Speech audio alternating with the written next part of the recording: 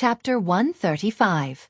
Yang Qindong walked up to Wang Zhua and placed the thick prayer mat under the legs of the Minister of Revenue. This small action caused tears to well up in the eyes of the 65-year-old man. This small action was not to be underestimated, but none of the other officials would dare to do it. They didn't even have the ability to protect themselves, much less help others. Yang Qindong, it's not worth it for you to do this. Wang Zhan will definitely hold a grudge against you. Once he returns to the court, he'll probably settle everything, Wang Zhua kindly reminded Yang Qindong. It's fine. Respecting the old and loving the young is one of the virtues. Even if someone tries to blame me, I'll just explain myself to him. Yang Qindong nonchalantly smiled. But in his heart, he was thinking, will Wang Zhan return to the court? Hearing Yang Qindong talk about virtues, Wang Zhua's tears flowed down his face. He was so moved that he didn't know what to say. Seeing that the old man was crying like a child, Yang Qindong squatted down, took out a handkerchief, and handed it over. Lord Wang, you still have to take care of your body. It's very windy outside. Quickly dry your tears. It won't be good if you get an eye disease again. Okay. Thank you, Yang Qindong.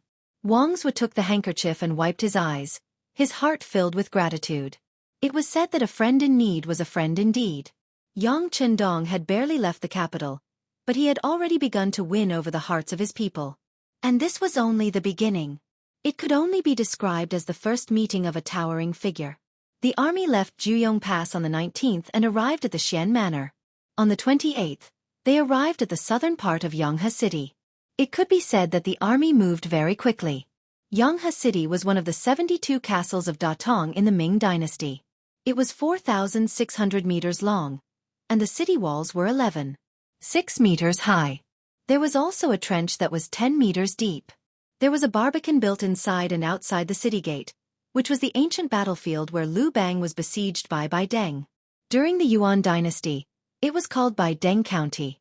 10 days before Yingzong's army arrived, on the 15th day of the 7th month, the Ming army engaged in an intense battle with Yeshen. A total of 40,000 Ming soldiers were defeated by the Wala army.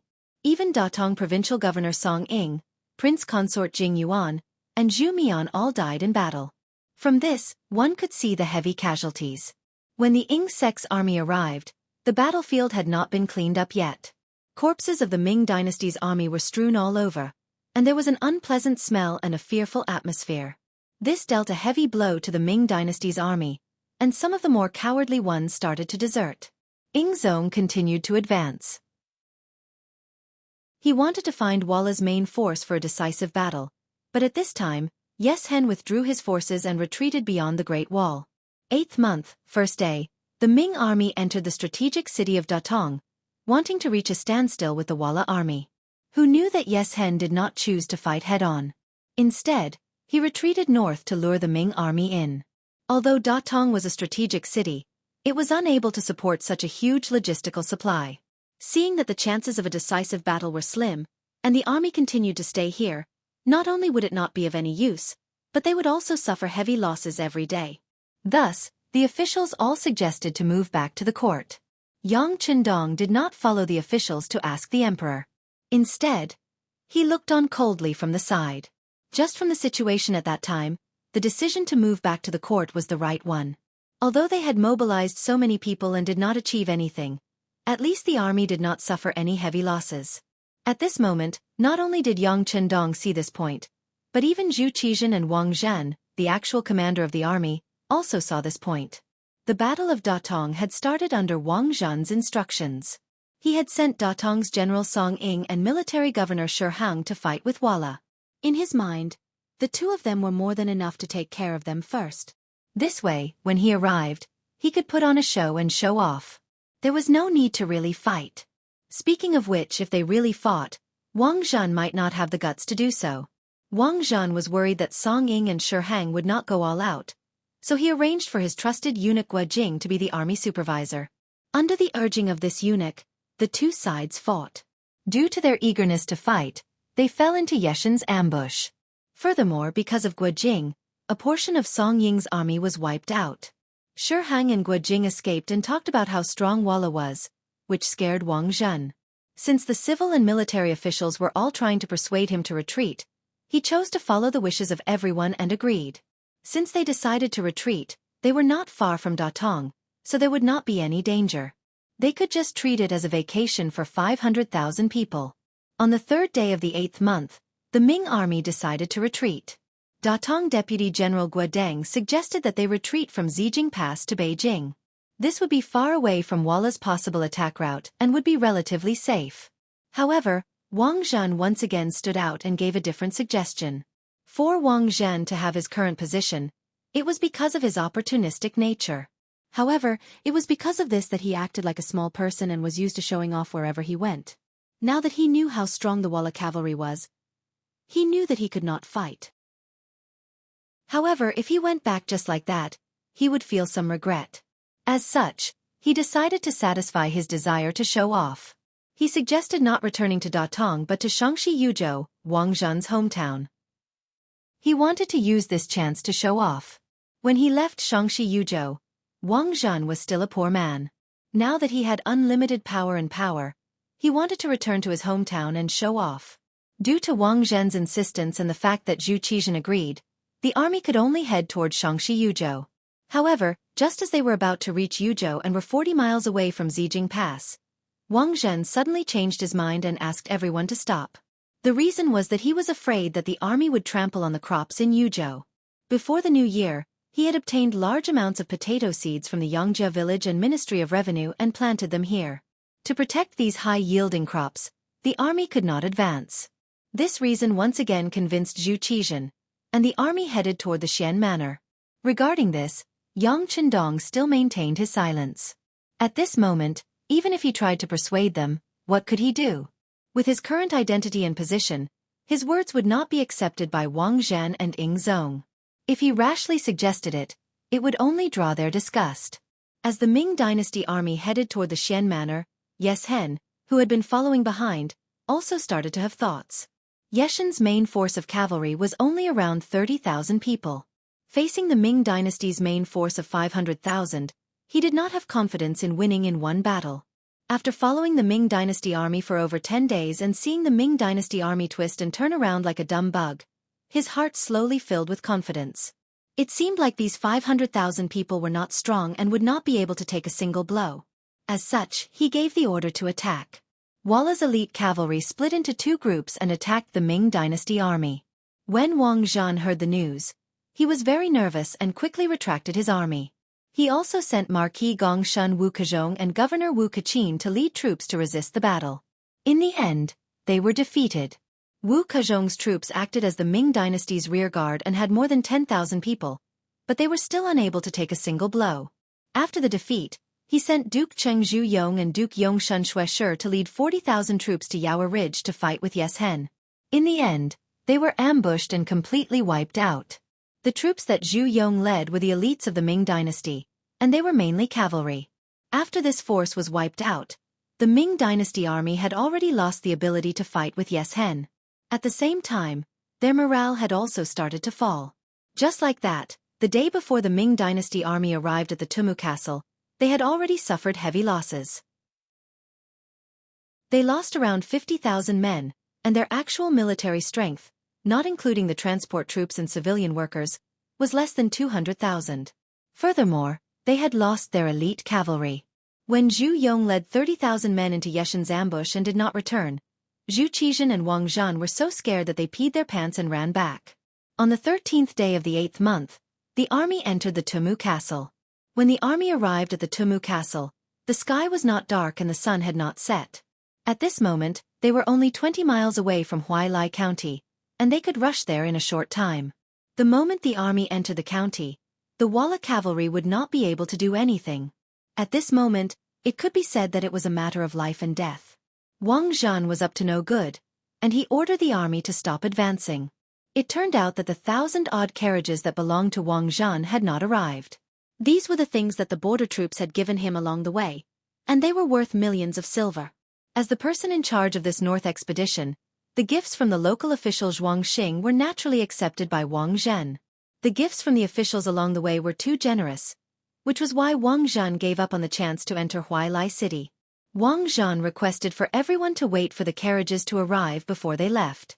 Hence, at the Tumu castle, Zhu Qizhen, hundreds of officials, and hundreds of thousands of troops waited foolishly for an entire night.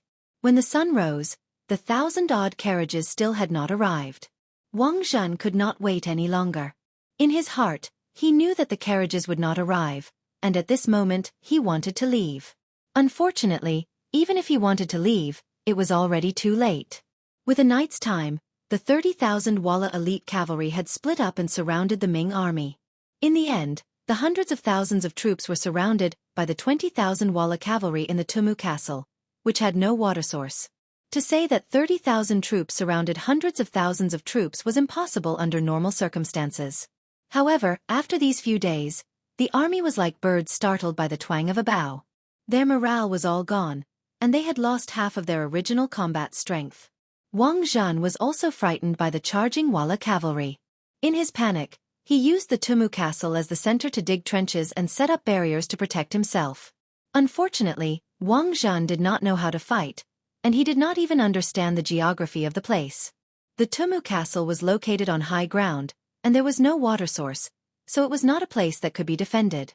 Hence, in the following days, the hundreds of thousands of Ming troops were surrounded by Yes Hen for a full 2 days and 3 nights, and the lack of water became more and more serious. The Ming army dug 3 feet into the ground, but they could not find a single drop of water. Their morale was all gone, and their thoughts changed. 8th month, 15th day. Yes Hen suddenly withdrew his troops.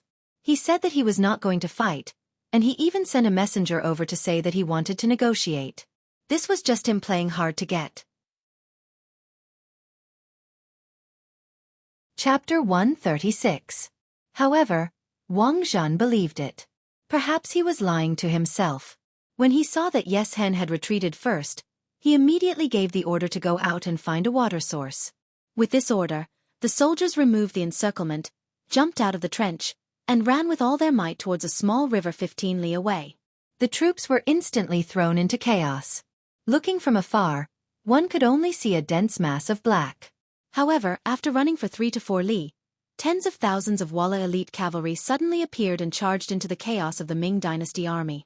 When the soldiers reached 10,000, there was no end. When the soldiers reached 100,000, there was no end.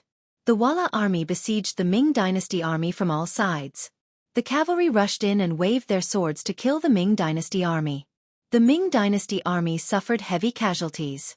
Wherever the cavalry swords passed, heads flew high into the air. At the same time, blood splattered everywhere. At the same time they shouted, "Those who throw swords will not be killed." In times of crisis, we could see the shamelessness of the Ming dynasty officials. The Walla army's slogan was, "Those who throw swords will not be killed." As long as they threw away their armor and weapons, it was fine. However, in order to save their lives, these officials actually took off everything and trampled on each other naked. The number of people trampled to death by their own people was more than the number of people killed by the Walla army. At that time, the Walla army was already not in formation and did not have the heart to kill the enemy. This was because they were busy getting rich, specifically picking up gold, silver, jewels and valuables to rob. At that time, if there were 1 or 2 strong generals who stood up and shouted, they might have been able to reverse the situation. During the 3 Kingdoms period, Cao Cao did this. Qin Qiong also did this under Zhang Xutua and Li Mi. Unfortunately, Wang Zhan was not Cao Cao. The Ming dynasty generals did not have Qin Qiong or Qin Shubao. Everyone was busy taking off their clothes to save their lives. After taking off their clothes, the miserable state they were in became the laughingstock of history. Looking at Ying Zong, this fellow, he did not even dismount from his horse. Instead, under the tight protection of the embroidered uniform guards, he broke out of the encirclement and escaped. It was a pity that everyone was busy taking off their clothes at that time, so there was no one to support him. The embroidered uniform guard failed to break through the encirclement, and in the end, Zhu Qizhen became a lone boat on the sea, drifting under the protection of General Fan Zhong. If not for Yang Qindong's appearance, he would have been like a little chick, dragged to the north by the Walla army. Ever since he had left the capital, Yang Qindong had acted like a spectator, observing everything that was happening around him. The Ming dynasty army suffered defeat after defeat, and wrong orders were given out by Wang Zhen. Zhu Qizhen was like a puppet, only knowing how to nod his head in agreement and unable to debate. Yang Qindong looked on coldly from the side. This was a close understanding of ancient warfare, as well as a close observation of the Ming dynasty's military power. Even if some of the orders were wrong and were opposed by the officials, Zhu Qizhen agreed and Wang Zhen carried them out. Even if Yang Qindong wanted to change anything, he could not do it. He could only watch as the army was surrounded and broken down, and in the end, the entire battle was a complete failure. In this, Yang Qindong was limited in what he could do. In the face of Wang Zhen, who had actual military power over hundreds of thousands of soldiers, unless he could hold Wang Zhen hostage, it was impossible for him to have any control over the war. Everything continued until the balance of the war was completely one-sided. The final moment had finally arrived. The Battle of Tumu could be considered a farce. There was no cavalry charging, no generals bravely killing the enemy, no decisive battle between large armies, and no spectacular sight of the firearms of the three major battalions opening fire on all fronts. The timing of Walla's attack was when the Ming dynasty's camp loosened up and moved to fetch water. Whether they fell for Yeshin's trick or the Ming dynasty took the initiative to fetch water, it was no longer important. "Young master, it's a mess, it's all a mess." Hu Mang's eyes were filled with vigilance as he scanned his surroundings. The Type 54 gun hidden under his sleeves was already loaded and the safety was off. Whenever he discovered anyone trying to approach or threaten the young master, he would not hesitate to open fire and kill the enemy. Sigh. A sigh came from Yang Qindong's mouth. This sigh was for the hundreds of thousands of soldiers of the Ming dynasty. This sigh was for the decline of the Ming dynasty. This sigh was also for the sake of ending the chaos in front of him. Pass down the order. Follow the first set of plans. Yang Qindong's eyes were still cold, but if one looked carefully, there was a trace of liveliness and hope. After the order was given, the hundreds of people who had been wandering around began to move. Compared to the people around them who were in a complete mess and were even undressing, they were dressed in good clothes and moved quickly, each according to the previous plan. Wang Zhen. This eunuch, who only knew how to seize power and money, was like a headless fly at this moment. His eyes were constantly looking up and down, looking for a way to survive. For him, the defeat of the army was not terrible. As long as he could survive, everything would be fine. It would not be long before he could reorganize a new army and go to the battlefield.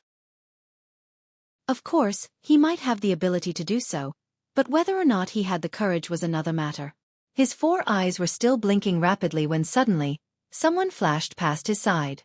In a chaotic army, this kind of scene was too common. The soldiers did not know their generals, and the generals did not know their soldiers. They were completely like headless flies running around. However, just as a figure flashed past him, Wang Zhen felt a sharp pain in his neck. Instinctively, he stretched out his hand to touch it. Blood spurted out uncontrollably into his hand, and the hot sensation caused his eyes to widen rapidly. Soon after, he started to scream. Save me, someone killed me." Wang Zhen was still conscious at this moment. He knew that at this moment, someone had done something to him. But in a chaotic battlefield, death was a very common thing. Even if he was the head eunuch of the ceremony directorate, even if he was the most favored by Emperor Ying, no one was paying attention to him at this moment.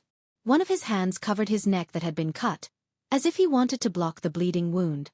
The other hand was raised high and constantly waved, as if he wanted to use this to attract people's attention. He maintained this posture for 1 second, 2 seconds, 3 seconds. After about 7 to 8 breaths of time, he fell to his knees with a plop. Then, his eyes turned gray, and his face showed an extremely strong expression of unwillingness. He was unwilling. He clearly had great power, so why did he fall to the ground? He was unwilling. The emperor had trusted him so much, and there was still a great future waiting for him. He was unwilling to accept the fact that he had died in such a dubious manner. Even when he died, he did not even know who had killed him. He was unwilling, but he was indeed dead. Wang Zhen was dead. Dying in a chaotic battlefield, no one would pay attention to him. Even if someone saw him, they would probably want to step on him to vent their anger. Compared to Wang Zhen, who died at the hands of Leng Feng, Minister of Revenue Wang Zhua and Minister of War Kuang Yi were saved by Leng Feng. Tiger's Man and Xiao Feng respectively saved the 2 ministers and rushed to Yang Qindong's side.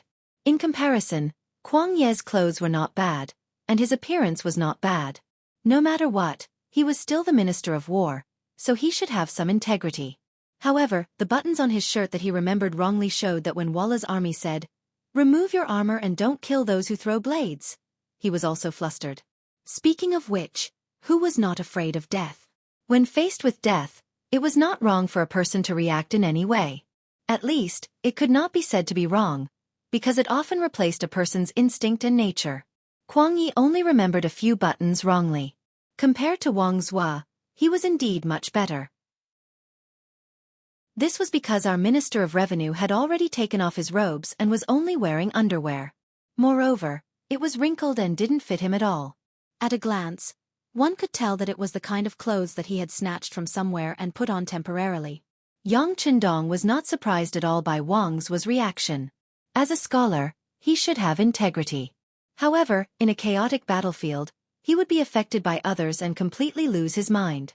It was reasonable for him to do things that he would not have dared to do before.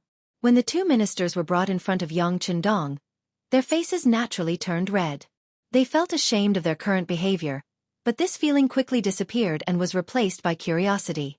They were curious as to why in such a chaotic situation, this crown prince who was only a fifth-rank official did not panic. Not only that, there were 10 to 20 strong men standing beside him. Compared to the panic of the other soldiers, these people stood up straight and their expressions were extremely serious. Their eyes were like poles as they scanned the surroundings. Their vigilance was clearly telling others not to casually walk into this place. Otherwise, the consequences would be very serious. The two ministers were surprised and many questions popped up in their minds. Then, another group of people came from afar. Their approach made the two of them nervous again. "Don't worry, they are on the same side." Noticing the two ministers' reaction, Yang Qindong said softly. This was like the warm sunlight in the winter, instantly relaxing their minds. The people who came from afar were the Leng Feng of the Yang clan's new army. Under their protection, the Right Assistant Minister Ding Xian of the Ministry of Justice, the Right Assistant Minister Wang Yonghe of the Ministry of Works, the Left Assistant Minister Yang Shan of the Ministry of Rights, the Right Assistant Minister Deng Li of the Imperial Censorate, the Assistant Minister Huang Yangjing of the Taichung Temple, the Assistant Minister Lu Rong of the Taichung Temple, and the Assistant Minister Ling Zhu of the Shangbao Temple were brought in front of Yang Qindong. Seeing the 7 people walking over, Yang Qindong's gaze carried a trace of doubt as he asked the Leng Feng, "Just these?" "It's just that some of them are still in good condition. The others have trampled on each other to death. Some of them have already been stripped clean, and it's hard to tell who is who." The platoon leader of the Leng Feng platoon stood at attention and said. Chapter 137. Well, my ability is limited. Being able to save these people is already very good. Let's go. Everyone, pack up and let's go find the emperor. Yang Qindong's chin gently moved.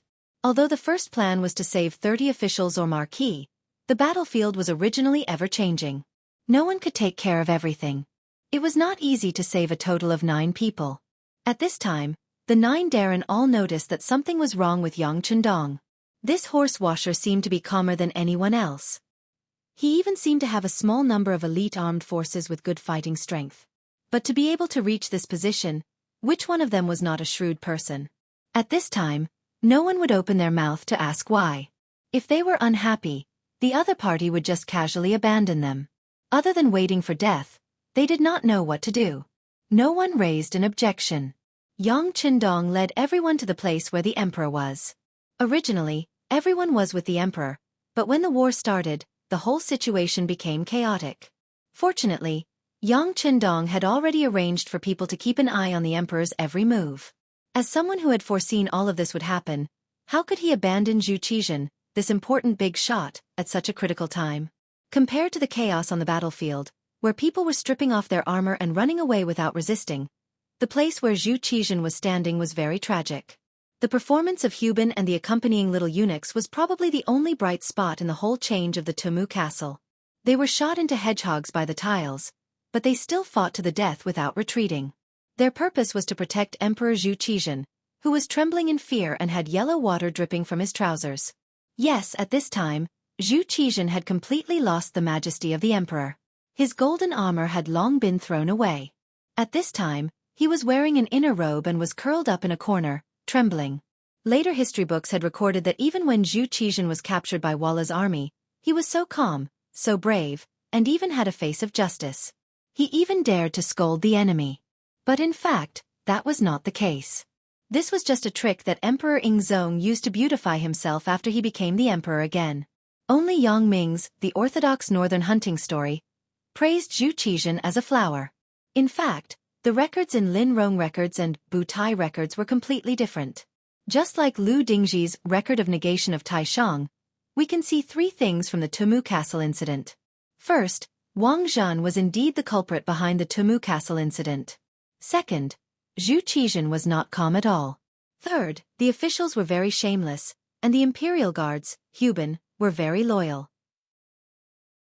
When Yang Qindong and the 9 ministers arrived, they saw a group of Walla cavalry fighting against Hu Ben and the eunuchs.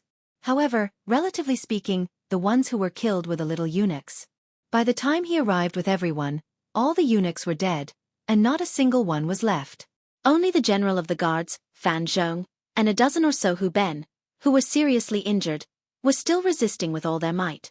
Even though they were still far away, everyone could see that even their emperor would be captured by the Walla cavalry if they stayed any longer.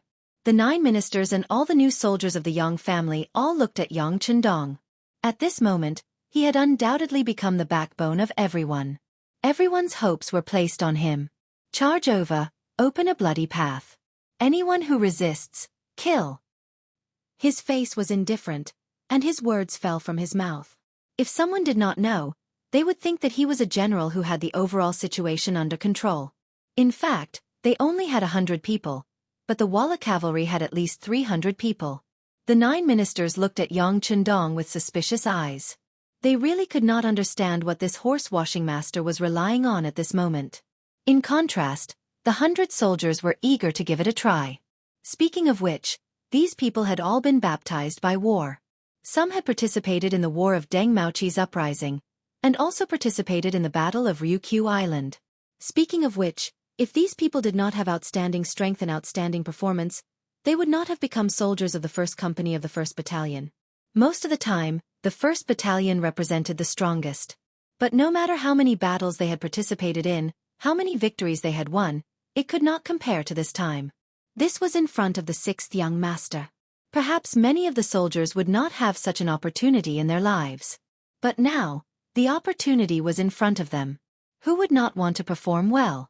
At this time, the role of the commander of the 1st Battalion, Xiao Feng, suddenly appeared. As an officer and the current leader of the army, after hearing Yang Qindong's order, he said without the slightest hesitation, "The 1st platoon is responsible for the left wing, the 2nd platoon is responsible for the right wing, the 3rd platoon is responsible for the 8th platoon, the 9th platoon is responsible for the safety of everyone, and the 10th platoon is responsible for the rear."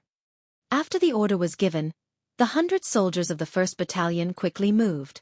Some went to the left, some went to the right, and some rushed to the front of Yang Qindong and the others. In less than 10 breaths, everyone was in position. Their speed and agility opened the eyes of the Minister of War, Kuang Yi, who was in the crowd. He had lived for decades, and most of the time, he was in communication with the branch. He could not be more clear about the execution and mobility of the great Ming dynasty's army. It was precisely because of this that he could see the horror of this army that jumped out of nowhere. Not to mention other things. Just their mobility alone was inferior to the great Ming dynasty's army that he had seen. Even the elite army when Emperor Cheng was still alive would not have such a performance. They were able to be orderly in times of danger without the slightest trace of disorder. While the ministers were dazzled, the 1st Battalion of the 1st Battalion completed the distribution of the battle formation. Then, after Xiao Feng said the word "advance," the army began to attack forward. Step by step they were very steady. The eyes of the 100 soldiers also lit up, and they were full of courage. Before everyone could see what was going on, a black firearm that no one had seen before appeared in the hands of the soldiers of the 1st Battalion of the 1st Battalion. As soon as the firearm was taken out, these people seemed to have become one with it, giving people the feeling that this thing originally existed. The 100 soldiers moved forward in an orderly pace, narrowing the distance between them and the emperor step by step. The sudden appearance of this army naturally attracted the attention of the Walla cavalry not far away. The general who was in charge of commanding the battle saw that the great Ming dynasty's army was in chaos. Many of them were trampling on each other, many of them were running away, and some of them were surrendering. However, there was still an army that took the initiative to approach them. He was instantly infuriated. Still riding on the strong horse, the general did not put the 100 or so soldiers in front of him in his eyes. It was just a charge that could completely defeat them, so it did not arouse his interest. You and you, go and kill those reckless people for me. Don't let them live. Kill them all. General Walla felt that his dignity had been provoked. He must give these people a heavy blow and let others who still dared to resist see the consequences of disobeying them. Kill! 50 to 60 Vala cavalrymen, dressed in the clothes of the Vala clan, were yelling and shouting as they charged towards Yang Chendong. In the eyes of the cavalry, as they charged, they would soon wipe out all the enemies like a gust of wind sweeping away fallen leaves. Although the 1st Battalion of the 1st Battalion of the 1st Battalion of the Great Ming Dynasty held a black firearm in their hands, they had seen such a battle formation before. The 3 firearm battalions of the Great Ming Dynasty's army, which had a total of 15,000 people, did not pose a threat to them. Didn't they all throw away their weapons and armor when the army charged? Be careful, the Walla cavalry is very brave and fierce. When the minister saw the cavalry charging toward them, their bodies trembled and their voices trembled slightly. Compared to the minister's fearful expressions, the 100 or so soldiers of the 1st Battalion of the 1st Battalion of the 1st Battalion of the Great Ming Dynasty did not take their eyes off the enemy. They all raised the firearms in their hands and according to their usual training, they stood in formation and aimed at the corresponding cavalry. At this moment, all the soldiers of the 1st Battalion of the 1st Battalion adjusted the rhythm of their breathing and waited for Xiao Feng's order to shoot. 200 steps, 150 steps, 100 steps. As the commander, Xiao Feng calmly looked at everything in front of him. He did not show any abnormal reaction because of the charge of the enemy cavalry. When he estimated that the enemy was 100 steps away, he immediately opened his mouth and spat out 2 words. Shoot. His voice was an order. Immediately, dozens of crisp gunshots rang out. The bullets whizzed out of the barrels, as if they were carrying a trace of fire as they rushed forward. Even the moment the gunshots rang out, they sounded so orderly as if there was only one person firing from the beginning to the end. These were the soldiers of the 1st Battalion of the 1st Battalion, the strongest elites that Yang Chendong had spent a lot of effort to train. Under the high-intensity training and layers of tests, each and every one of the soldiers of the 1st Battalion of the 1st Battalion of the 1st Battalion of the 1st Battalion of the Great Ming Dynasty. When the gunshots rang out, the Walla cavalry charging toward them were like small trees that were swept up by a strong wind and fell to the ground one by one. At this moment, all of the 50 to 60 men fell off their horses. Only 56 horses that had lost their owners ran toward them. Try to capture as many war horses as possible for the lords to use. Yang Chendong looked at the results of the first round of shooting and nodded with satisfaction. His expression also relaxed a lot. Before seeing a real battle, even though Yang Chendong was extremely confident in his training, he still lacked confidence. Most of the time, training included drills and real battle were 2 different things. Now, after a wave of bullets, it was effective. All the enemies were hit and killed, and no one was caught. This result was very satisfying and very gratifying. Chapter 138. After the order was given, Lang Feng grabbed the Vala horses one by one and brought them before the 9 ministers. What they received in return was a look of disbelief. Among the ministers, Kuang Ye's eyes were as wide as bells. What kind of firearm is this? How can it shoot so far and so accurately? Can you show it to me? Sorry, I can't. He watched as Kuang Ye's hand unconsciously reached for the gun in the hand of Lang Feng, who had delivered the horse to him. Kuang Yi moved his body slightly and dodged the gun. Then, he looked at Lang Feng with a cold and murderous gaze. It was this look that made Kuang Ye's body tremble uncontrollably. At this moment, he felt that he was so close to the god of death. Sorry, Minister Feng, they are mercenaries. They only took my money to do something. They won't listen to anyone and won't allow anyone to touch the weapons in their hands. If you insist on doing so, there's only one outcome, and that's becoming a dead man. I can't protect you on this point. Yang Chendong saw Kuang Ye's awkwardness. He knew that if he didn't make things clear, everyone would be suspicious. Since that was the case, He might as well make things clear and dispel these people's suspicions. As soon as this was said, the officials who were originally curious withdrew their gazes and looked down, as if they did not care about what was going on outside. If they touched it, they would die. The price of curiosity was too high. It was so high that they couldn't bear it. Even Minister Kuang Yi became a lot more honest at this time and even apologized. This old man was reckless just now, it's my fault. It's fine. The ignorant are innocent. Just don't do it. Yang Qindong smiled and turned to Xiao Feng. Our emperor hasn't been rescued and we haven't achieved our goal. We'll have to trouble you. Since they were collaborators, he had to be careful with his words. Xiao Feng, who was somewhat uncomfortable with Yang Qindong's attitude and tone of discussion, hurriedly said, Okay, since we've taken 6th young master's money, of course we'll do it well. Everyone, listen up. Keep moving forward. A few hundred steps away, General Wallace sat on his horse in a daze. Unknowingly, he already had the urge to pee, and it was almost flowing out uncontrollably. 50 to 60 cavalrymen were wiped out in the blink of an eye. Not a single one of them was able to get within 90 paces. They all died. One had to know that all of them had died without a single survivor. This had never happened before in previous battles. No one had even thought that such a situation would occur. But now the truth had appeared. Again, let's go together and kill all of them. General Walla was angry. He didn't know that the emperor of the Great Ming Dynasty was already close at hand. He only needed 2 or 3 more charges to capture him alive. He was frightened by Yang Qindong's team. He felt that if he didn't deal with these people, it would be like a fishbone stuck in his throat, and he wouldn't feel safe at all. Many of the remaining 200 or so Walla cavalry also saw this scene. At first, they were indeed shocked, but with the general's shout, the heroic spirit in their hearts was stimulated. Each of them stared at the more than 100 people with covetous eyes, and then the cavalry charged. More than 200 cavalrymen against more than 100 people, and all of them were infantrymen. Moreover, there were no obstacles on the plains. No matter how one looked at it, there was no possibility of failure. Once the speed of the horses increased, the cavalry swords in their hands would only need to lightly slash and a big head would fly. Ah!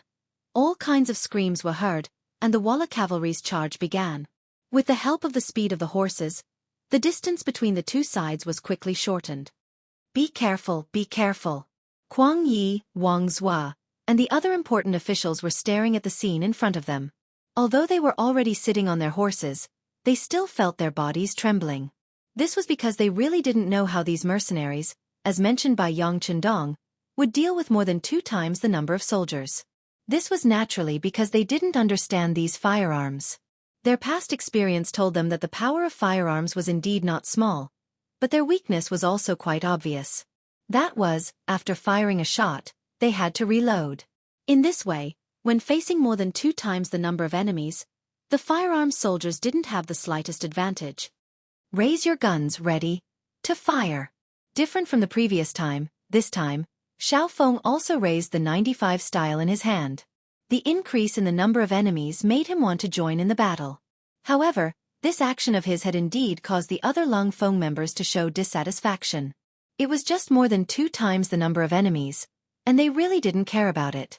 The battalion commander clearly wanted to satisfy his craving. Naturally, no one could guess the thoughts of the Lung Feng. Just when everyone thought that the battle was going to end badly, gunshots rang out. First, it was a volley of shots, and almost half of the enemy's troops were eliminated.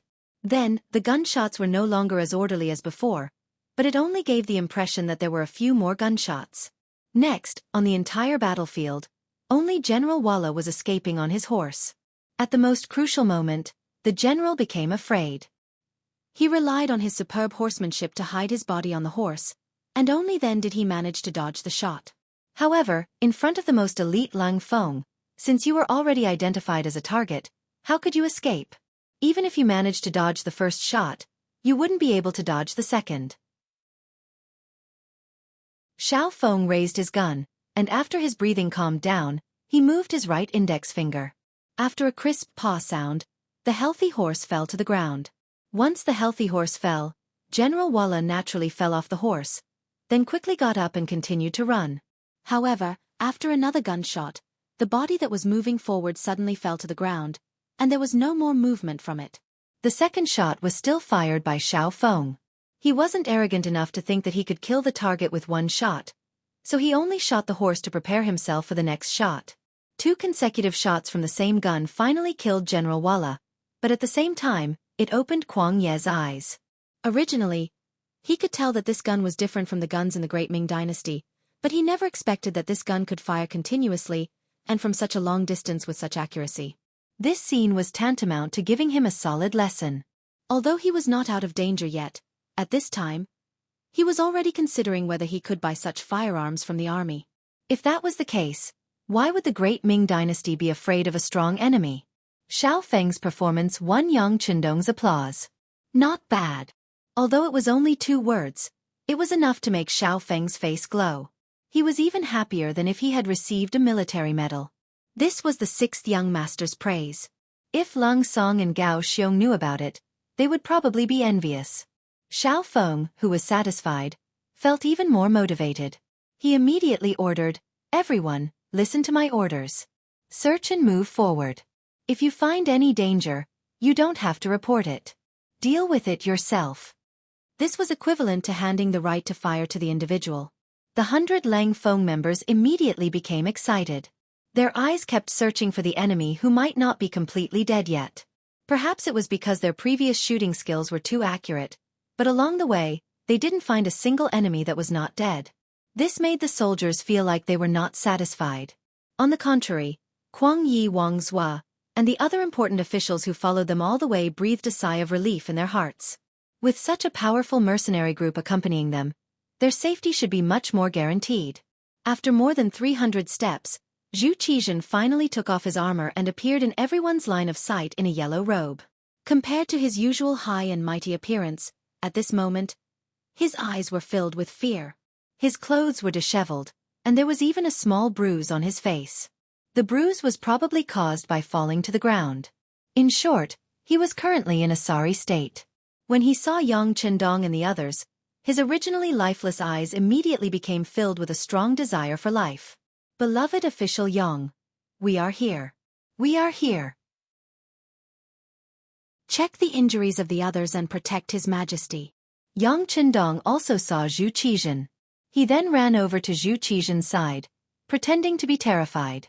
Finally, he could grab Yang Qindong's hand. Zhu Qizhen said with a panicked expression, "Sir, you have misled me. You have misled me." At this moment, Zhu Qizhen still didn't forget to find a scapegoat for this great defeat. From this, it could be seen that no one who could become an emperor was simple. Yes, Eunuch Wang messed up the battle and caused a great defeat. He is guilty. However, he did it out of kindness. He just isn't good at leading troops. Yang Qindong knew how Zhu Qizhen felt about Wang Zhen. In history, this person was first captured and then sent back by Walla. He only regained the throne a few years later. However, once he took the throne, he didn't forget to build a colorful clay statue for Wang Zhen. He even built a monument for him. Just from this point alone, it could be seen how much Zhu Qizhen doted on Wang Zhen. He didn't believe that Zhu Qizhen would hate Wang Zhen just because of this great defeat. Furthermore, outsiders knew that he and Wang Zhen were working together. If he said anything overboard now, it would give people the impression that he was burning the bridge after crossing the river. Anyway, he had already been killed by Lung Feng. What did it matter if he said something nice? When Yang Qindong said this, Zhu Qizhen looked at him with admiration. He then said, "Beloved official Yang, you should send someone to see if you can find Sir. Perhaps he is fighting with the enemy somewhere." Chapter 139. "Oh, okay." Yang Qindong nodded his head in agreement when he saw that it was true. This action was strongly opposed by Kuang Yi, Wang Zhua, and the others. "That won't do, Your Majesty. We don't have many soldiers by our side right now. If we send more people out and encounter the Walla cavalry, I'm afraid it will be disastrous. Your Majesty, please reconsider." If Wang Zhen was here, they wouldn't dare to say this. However, they knew that he wasn't here and that he was most likely dead. Even if it was for their own safety, they could say anything. That's right. We only have 100 mercenaries by our side. If we ask them for help, it will definitely divide our strength. If we encounter another enemy, we won't even know if we're dead or alive.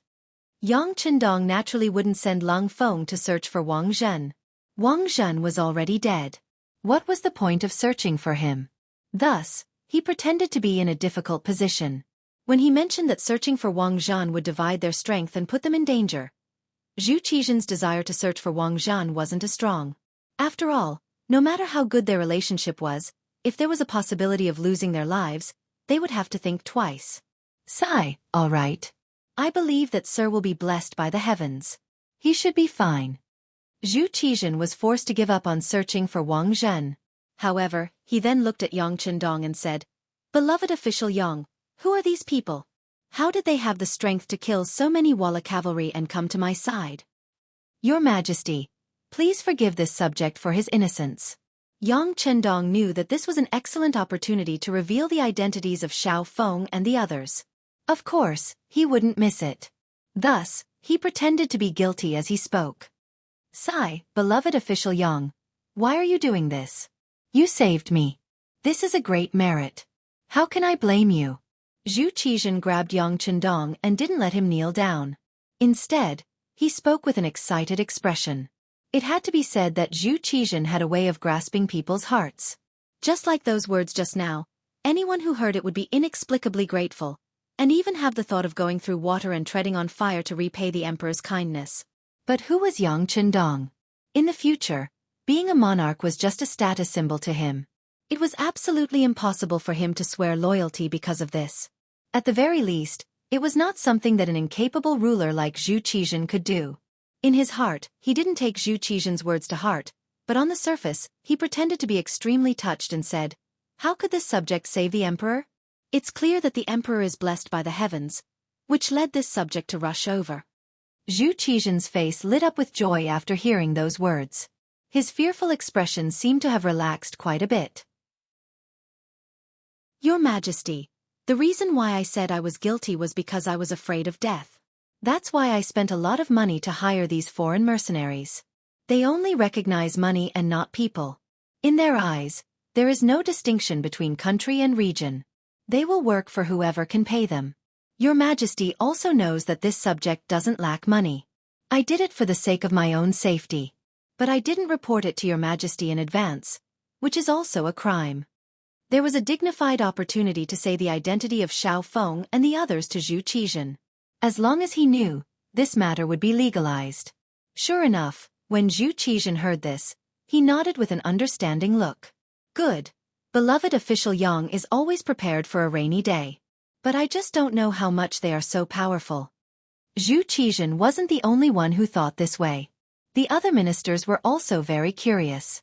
After seeing the power of this mercenary army, they really wanted to know how much it was.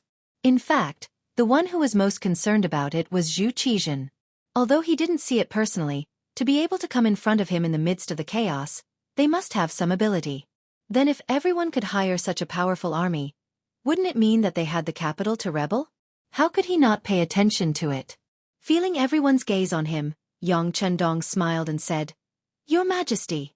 Coincidentally, they weren't hired by me in the beginning. They were barbarians from overseas who did business with me. This time, they were in charge of delivering goods to the Skies Beyond Trading Company. When I met them, the army was about to go to war. I discussed it with them and asked them to protect me for 10,000 taels per person. If it weren't for this coincidence, I'm afraid that they wouldn't be interested in such a small amount of money. 10,000 taels per person. 100 people would be 1,000,000 taels." After hearing this, Kuang Yi and Wang Zua couldn't help but suck in a breath of cold air. Especially Wang Zua. As the Minister of Revenue, he had a clear understanding of the great Ming dynasty's money. The value of the money that passed through his hands every year was very large. However, even he was shocked when he heard the price, not to mention the other important ministers. This answer also shocked Zhu Qizhen so much that he broke out in a cold sweat. 1,000,000 taels of silver just to protect him? This Yang Chendong was really too rich. Of course, he was probably the only person in the entire court who could afford such a price. After all, whether it was the Immortal Abode or the Skies Beyond Trading Company, large amounts of money flowed in every day. This answer also allowed Zhu Qizhen to breathe a sigh of relief. The higher the price of the mercenary army, the more relieved he would be. It also showed that not everyone had the ability to hire this army and achieve great things to threaten him. While they were talking, Tiger's Mane walked up to Yang Qindong. Young master, apart from General Fan Zhong's injuries, the rest of the tigers. Tiger's Mane didn't continue, but his continuous shaking of his head explained everything. When Yang Qindong heard this, he didn't make any decisions. Instead, he looked at Zhu Qizhen with an expression that said, "You're the emperor, so you should make the decisions. Forget it, just let them be. When we return to the palace, we will reward their families greatly. As for what happens next, beloved Minister Yang, and my other beloved ministers, what do you all think?" Zhu Qizhen was very satisfied with Yang Qindong's attitude, but he really didn't have any ideas right now. After the army's defeat, his mind was already in a mess. Although he said he was asking the ministers, everyone's eyes were actually on Yang Qindong. It was clear that they had long since run out of ideas. In a situation where they were surrounded by enemies, there seemed to be no path out that was safe. Since he was the one who came up with the idea, Yang Qindong didn't hold back. He knew that the longer they stayed here, the greater the danger they would be in. Previously, because all of the Walla cavalry had been wiped out, the news didn't spread. But once the Walla army found out about their tracks, once the army pressed on, with only 100 people, there was still danger. Alright, since the emperor has given this important task to this subject will give his own suggestion. Our current position is naturally the closest to Huailai County, but that place is also the most dangerous. The Walla will definitely be on guard against us and will definitely arrange a large number of troops there. Then we might as well do the opposite and go to Yuzhou. Yang Qindong acted as if he had a card up his sleeve. In reality, this was also his plan from the beginning. That's right, catch them off guard and attack them when they least expect it. The art of war says that what is false and what is true and what is false. I'm sure no one will think that we will go to Yuzhou. After hearing Yang Qindong's suggestion, Minister of War Kuang Yi immediately supported it. Yang Qindong and Kuang Yi, who understood the art of war, both had the same idea. Zhu Qizhen's heart was set. Alright, then we will go to Yuzhou. After saying that, he got up and prepared to leave. But he was stopped by Yang Qindong. What is the meaning of this, Minister Yang? Zhu Qizhen's expression changed greatly. He was afraid that this person would have evil intentions towards him. If that was the case, then with only the injured General Fan Zhong, he was afraid that he wouldn't be able to protect himself. Yang Qindong, what are you doing? Fan Zhong stepped forward with his hammer in hand, in a questioning manner. But before he could get close, Tiger's Mane, Beta Persei and Yang Wu had already surrounded him from 3 directions. It was guaranteed that if he took another step forward, his blood would splatter 5 feet and he would fall to the ground and die. The situation suddenly became tense. Yang Qindong hurriedly gave Tiger's Mane and the others a look to retreat, then half knelt in front of Zhu Qizhen. Your Majesty, this subject doesn't have any other intentions. It's just that if we are going to escape, Your Majesty must change your clothes. Change my clothes? Why? Zhu Qizhen was puzzled. Your Majesty, wearing a yellow robe will easily attract other people's attention. It will also easily attract the Walla cavalry's pursuit. Yang Qindong cursed the other party's pig head in his heart, but on the surface, he looked like he was advising him. At this moment, Zhu Qizhen came to his senses and nodded. That's right. Beloved official Yang is right. Since that's the case, we will take off the yellow robe. Yes, Your Majesty not only has to take off the robe, but also put it on someone else to confuse the enemy's attention.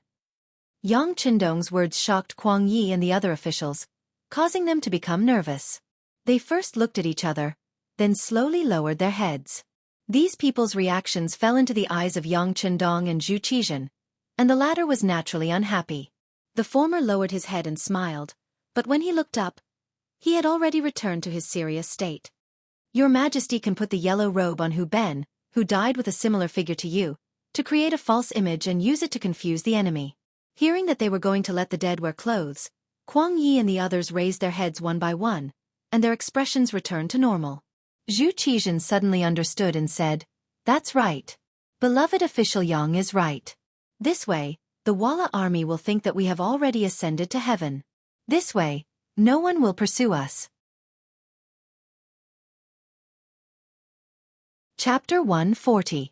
Your Majesty is wise. Yang Chendong and several other important officials all knelt on the ground with respectful expressions. Ha ha, officials, please rise. I will take off my clothes now. Zhu Qizhen seemed to have found the feeling of being an emperor again. With a laugh, he took off his yellow robe. Soon, Hu Ben, whose body was similar to Zhu Qizhen's, was brought in front of everyone. More importantly, his face had been cut several times. Everyone worked together and put the yellow robe on the body of the dead. Then, they identified the direction of Yuzhou and hurried over. About 2 hours after they left, a group of about 500 Walla cavalry rushed over. Among them was a eunuch wearing a eunuch uniform. This person was Shi Ning, and could be considered an important eunuch in the group. Shi Ning followed the army out. When the chaos broke out, he was unfortunately caught by the Walla cavalry. Just as they were about to cut him to death, he shouted out his identity and said that he could help the Walla army find Ming Yingzong. In this way, the Ming dynasty would be within their reach. Shi Ning's words were too enticing. When the Walla general heard it, he couldn't help but be moved. Thus, he didn't kill him. Instead, he brought him to search for news of Zhu Qizhen. This group of people was led by the Walla king, and Shi Ning was among them. When they arrived at the battlefield, the bright yellow robe was immediately noticed by everyone. Shi Ning got off his horse and walked over to the corpse that was already unrecognizable. He carefully searched it and found Zhu Qizhen's jade pendant. He immediately said with joy, "General, this is the Ming dynasty emperor, but he is already dead." Dead. Sigh. Hearing that Zhu Qizhen was dead, a trace of hatred appeared on the Walla king's face. It was clear that a dead person had no effect on him. Noticing the disappointment on the competition king's face, Shi Ning, who was afraid that he would lose his life, rolled his eyes and said, "General, although the Ming dynasty emperor is already dead, we still have the jade pendant in our hands. We can still do something. I presume that this chaotic news will cause the Ming army to panic, and if we can use this chance, we might be able to attack the capital. Sir is very familiar with that place, with its countless treasures and beauties." Speaking of the prosperity of the capital, as a former emissary, how could the periodical king not know of it? Immediately, his expression changed from worry to joy as he said, "Good, good. Let's go. Follow me to see the leader. We are preparing to attack the capital of the great Ming dynasty." Ha! Zhu Qizhen had intentionally left the waist pendant behind, saying that it was to make it more realistic. He didn't expect that it would come in handy and become an item to identify his identity. At this time, great Ming Yingzong, who had changed into a bright tiger robe, was currently heading towards Xianxia Yuzhou with Yang Chendong and his group. Even if they didn't choose to walk to the front, they still encountered 2 of Walla's cavalry units. Each side had 100 cavalrymen, but when they met the cold front, they were like live targets. Before they could see clearly what kind of formation was on the other side and who was on the other side, they were all killed from afar. This was also the first time Zhu Qizhen saw the power of the cold front at such a close distance. For a moment, his heart was filled with fear.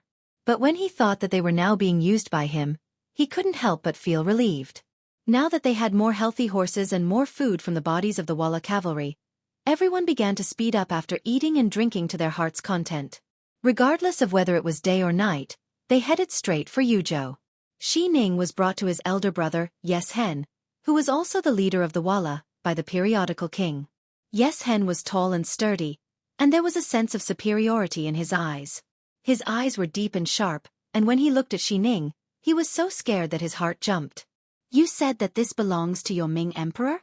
Yes Hen asked casually as he played with the seemingly expensive waist pendant in his hand. Yes, Lord Chief. This belongs to our Ming emperor. He has already been killed by the brave Walla cavalry." Shi Ning knelt on the ground like a servant. After saying this, he was afraid that the other party wouldn't believe him, so he added, "This little one is a eunuch who follows the Ming emperor, so of course I wouldn't be wrong. Also, this little one is a Nuzanren, not a Han. I have long been looking forward to the army trampling on the great Ming dynasty and repeating the glory of the grassland people." Shi Ning was really afraid that he would die. At this moment, he didn't want to say anything nice, but he was afraid that Yes Hen would kill him if he was unhappy. Shi Ning's attitude made Yes Hen believe him. Even if the Ming emperor is dead, do you think that their capital is now in chaos? Previously, because the leader of the periodical king's guards, Tuj, angered Yang Chendong. All the spies of the Wara in the Great Ming Dynasty's capital were exposed and killed. If he wanted to understand the situation of the Great Ming Dynasty, he could only ask this little eunuch in front of him. Xi Ning was afraid that Yes Hen would kill him without asking any questions. If that happened, he wouldn't be able to show his value. Now, as long as the other party was willing to ask him, it proved that he was useful, and his life was not in danger. And in order to better express himself and also to show his importance, he, who was kneeling on the ground, analyzed, "Leader, what the Ming dynasty does not lack the least is the emperor." The size of the imperial family is beyond our imagination. Even if the current emperor is dead, they can still elect a new emperor at any time. What? Xi Ning's answer made Yes Hen very unhappy. Doesn't that mean that it's useless for us to kill the Ming emperor? No, it's not like that. Xi Ning shook his head like a rattle drum. Although the royal family of the Ming dynasty is very large, it's not difficult for them to elect a new emperor. However, it's difficult for a new emperor to gain power in a short period of time, and this is our opportunity. Therefore, we can't announce the death of the Ming emperor immediately. If we do, it will only give the other party more time to prepare. We can first march to the capital, and when the army reaches the city, we can announce the death of the Ming emperor. This way, even if they elect a new emperor, it will be difficult for them to form any resistance.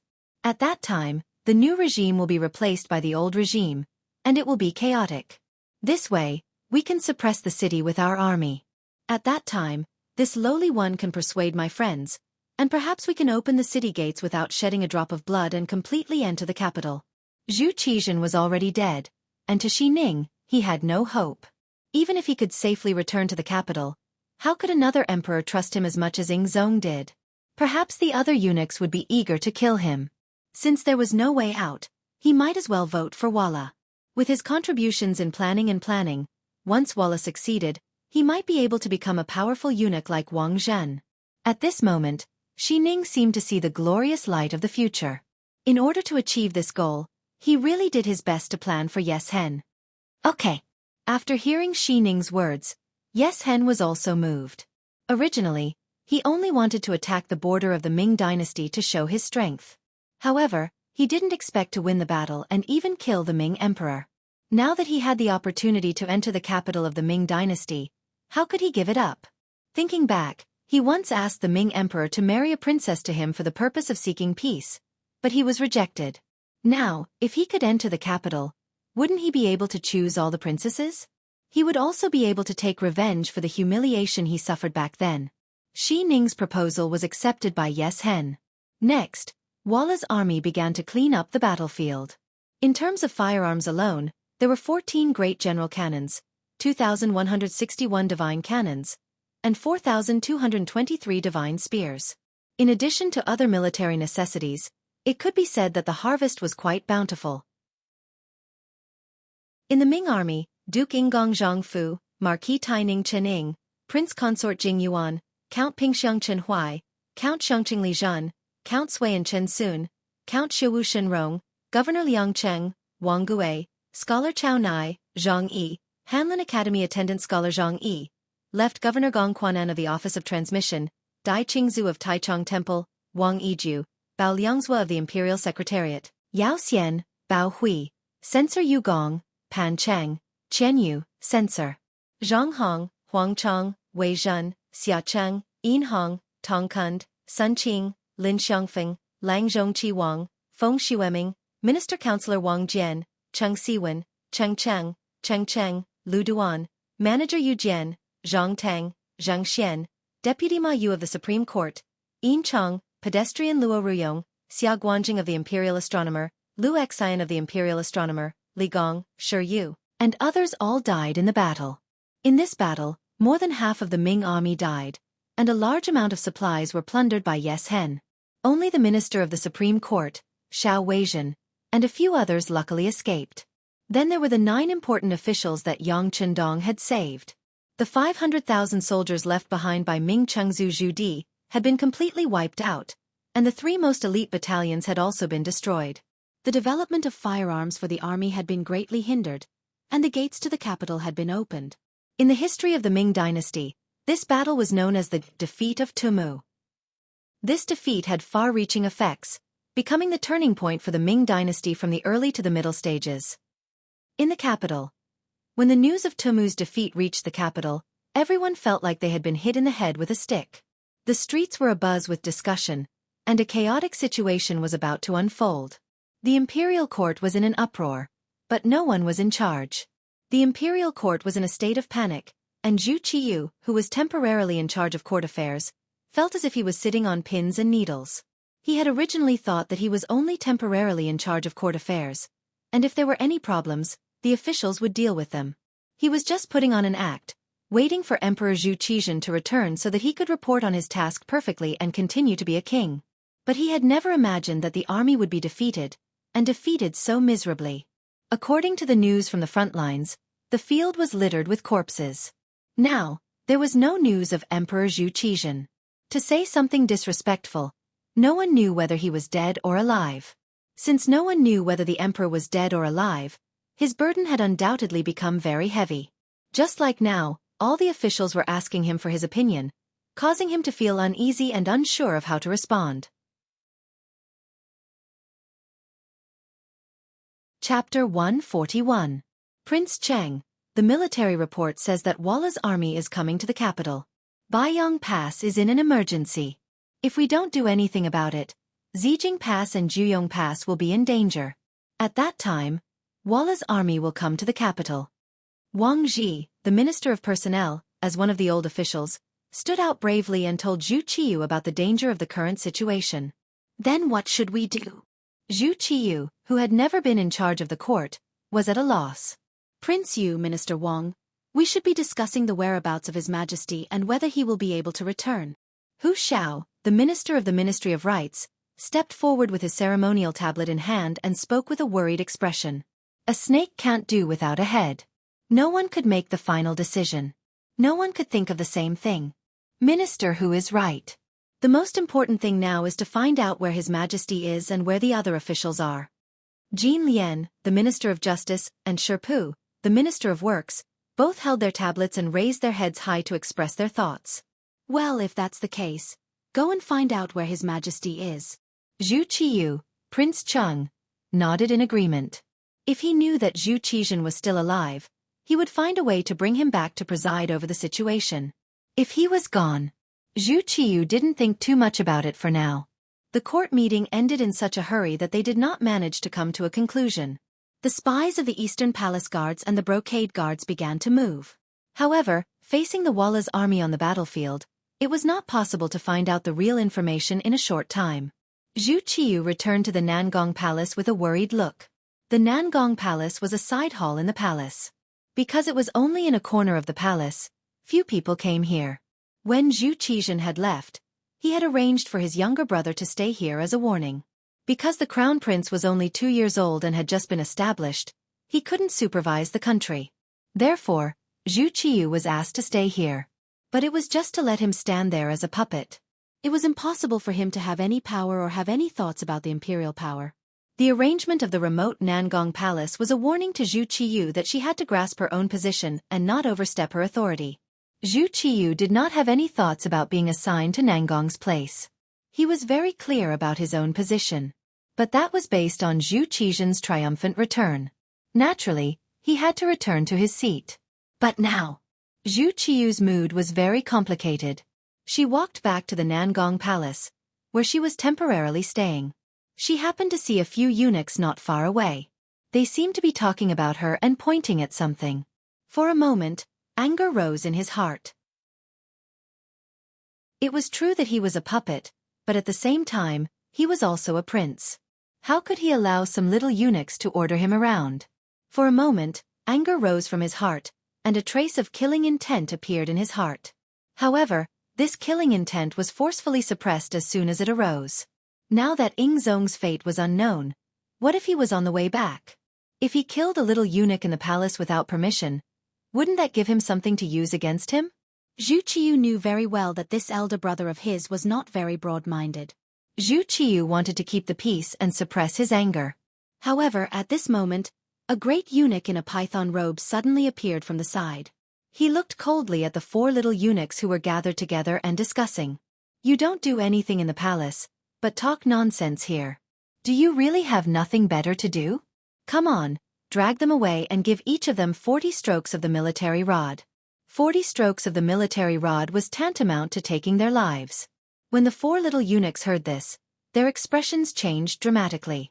They hurriedly knelt on the ground and begged for mercy. However, a few little eunuchs had already come over and pulled them up one by one and dragged them away. The little eunuchs dared to look down on him and paid the price with their lives. Zhu Qiyu felt relieved and vented a lot of the anger that had accumulated over the past few days. Your Highness Prince Cheng, I'm here to pay my respects. Just as Zhu Qiyu was feeling relieved, the eunuch who had shouted just now came to Zhu Qiyu with a slight bow. To be able to wear a python robe, needless to say, his status among the eunuchs was extremely high. In fact, there were only 2 people in the palace who could do this. One was Wang Zhen, who had already been killed, and the other was Jin Ying. Jin Ying, from Annan. After entering the palace, he served Taizong, Runzong, Xuanzong, and Yingzong. In the last years of Yongle, when he was about 30 years old, he was promoted to the rights supervisor of the ceremony directorate. After Renzong ascended the throne, the people under the name of Zhang Ding, who was about to be exiled, were all rewarded to him, including real estate and trees, as well as the people and land of his son-in-law Tian Gouhe. In the 7th year of Xuande, 1432, because of his loyalty and diligence, he was also given a decree of exemption from death. Later, he was given a silver record and promoted to a eunuch of the ceremony directorate. Yingzong Zhu Qizhen was only 9 years old when he ascended the throne. Eunuch Wang Zhan would play with him, and he doted on Wang Zhan the most. Thus, Wang Zhan took out Jin Ying and the other eunuchs to take charge of the ceremony directorate. Jin Ying could only give in to him everywhere. Rather than giving in to him everywhere, it was better to say that he was hibernating. This was because he had always been the eunuch in charge of the ceremony directorate. Moreover, he was the first eunuch and enjoyed a very high position. It was just that Wang Zhan was in the limelight for a while, so no one paid attention to him. Jin Ying's sudden appearance at this time, and it looked like he was standing up for Zhu Qiyu. The meaning behind this was worth pondering. Zhu Qiyu's impression of Jin Ying was quite good. Not for anything else, but because this person was one of the few people who treated him with respect. Perhaps it was because they were both oppressed, or perhaps it was because they had the same experience and knew what hibernation meant, so naturally, there were too many similarities. Many thanks, eunuch Jin. Zhu Qiyu smiled and spoke to Jin Ying with a smile in his eyes. At the same time, he bowed slightly to express his gratitude. Aya, you can't do that. Yu Wang has a precious body and is in charge of court affairs. How can you be so polite to a eunuch like me? Jin Ying's face was filled with fear and trepidation. His head was extremely low, as if he was about to make intimate contact with the ground with his knees. At the mention of being in charge of court affairs, Zhu Qiyu's expression turned bitter. His starry eyes were filled with power as he said, "What? Is eunuch Jin also here to make fun of my incompetence in court?" Jin Ying, who was said to be knowledgeable, could not be more familiar with this feeling. After all, he had experienced 4 emperors. But at this time, he still pretended to be very afraid and shook his head violently. Your Highness Yu Wang, please forgive me. This subject does not have such thoughts. On the contrary, this subject believes that Yu Wang was just born at the wrong time. Otherwise, with your great wisdom, it would not be difficult for you to become a wise ruler. Shoo! Zhu Qiyu was really frightened by Jin Ying's words. He looked around nervously. Eunuch Jin, don't harm this prince. Your Highness Yu Wang, don't worry. No matter what, this subject has been in the palace for so many years and has some power of my own. There is no third person within 100 steps of this place. You can rest assured. Jin Ying's face was full of confidence. This time, he had come to find Zhu Qiyu, taking a certain risk. He had also come to express his loyalty and surrender. Since that was the case, how could he not make the necessary preparations? Let's go into the hall and talk. Zhu Qiyu knew that if Jin Ying dared to say this, it must have been arranged. After all, once Zhu Qizhen found out that he had been in close contact with eunuchs in private, he would be suspected. He did not know what would happen to him. But Jin Ying regarded himself as a subject, so his intentions were clear. Jin Ying had been in the palace for so many years, so it was impossible for him not to know something that even Zhu Qiyu himself knew. And since he still dared to come, he must have something to say to him. At that moment, he strode into the hall with a considerate look. Jianghu followed half a step behind him. He followed closely behind with his head lowered. But if he was willing to raise his head at this moment, he would be able to see a very determined expression on his face. It was determination. Because this time, Jianghu had come to persuade Zhu Qiyu to take the throne. Regardless of whether Zhu Qizhan was alive or not, and whether he could return to the palace, in Jianghu's eyes, he was already a useless person. The change of imperial power had always been a matter of swords and blades. Since you dared to leave the palace, you should be prepared for a turtle dove to take over your nest. If you wanted to blame someone, you could only blame Zhu Qizhan for trusting and doting on Wang Zhan too much. Since you doted on someone else and did not give yourself a way out, don't blame him for looking for another way. Then, in the hall of the Nangong Palace, Zhu Qiyu and Jianghu chatted for a long time. No one knew what they talked about, but the various events that followed were enough to deduce what they had said and what they had planned. The Hu residence. After Hu Xiao and Hu Zhongning returned to the residence from court, they gave strict orders that no one was to leave the residence without their permission. Even the maids in charge of buying groceries and cooking in the residence had to set a time limit. When they went out, they had to bring a few more servants with them. With the situation at court in chaos, no one knew what would happen next. Based on Hu Zhao's many years of experience as an official, it was better to avoid unnecessary trouble. First they would wait and see. Then they would place heavy bets. This was a wise move. Because of this order, the atmosphere in the entire Hu residence became very tense and oppressive. In Hu Yan's room in the backyard, she was pacing back and forth anxiously. After a while, the servant girl, Xiao Qing, stumbled into the room with an anxious look on her face. "Little Qing, what did you find out? Is there any news of him?" When she saw her personal servant girl, Hu Yan stepped forward and grabbed her hands. Her face was full of anxiety and worry. Chapter 142. Me. Young Mississippi. The main, side, and back doors of the estate have all been closed. Without master's orders, no one is allowed to leave. Little Qing panted as she recounted what she had seen to Hu Yan. When she heard that all the doors of the estate had been closed, Hu Yan had a bad premonition. If nothing major had happened, such a change wouldn't have occurred. Her expression couldn't help but change slightly. When she looked at little Qing, there was a hint of anxiousness. "I asked you to gather information. What's the result?" "This." Little Qing shook her head. "I couldn't leave the estate, so I couldn't get any more information. However, when I asked Lieutenant Sun Chuang, he said that it seemed that the front lines had been defeated." "Defeated? Seems?" Hu Yan's heart skipped a beat. "Has this information been confirmed?"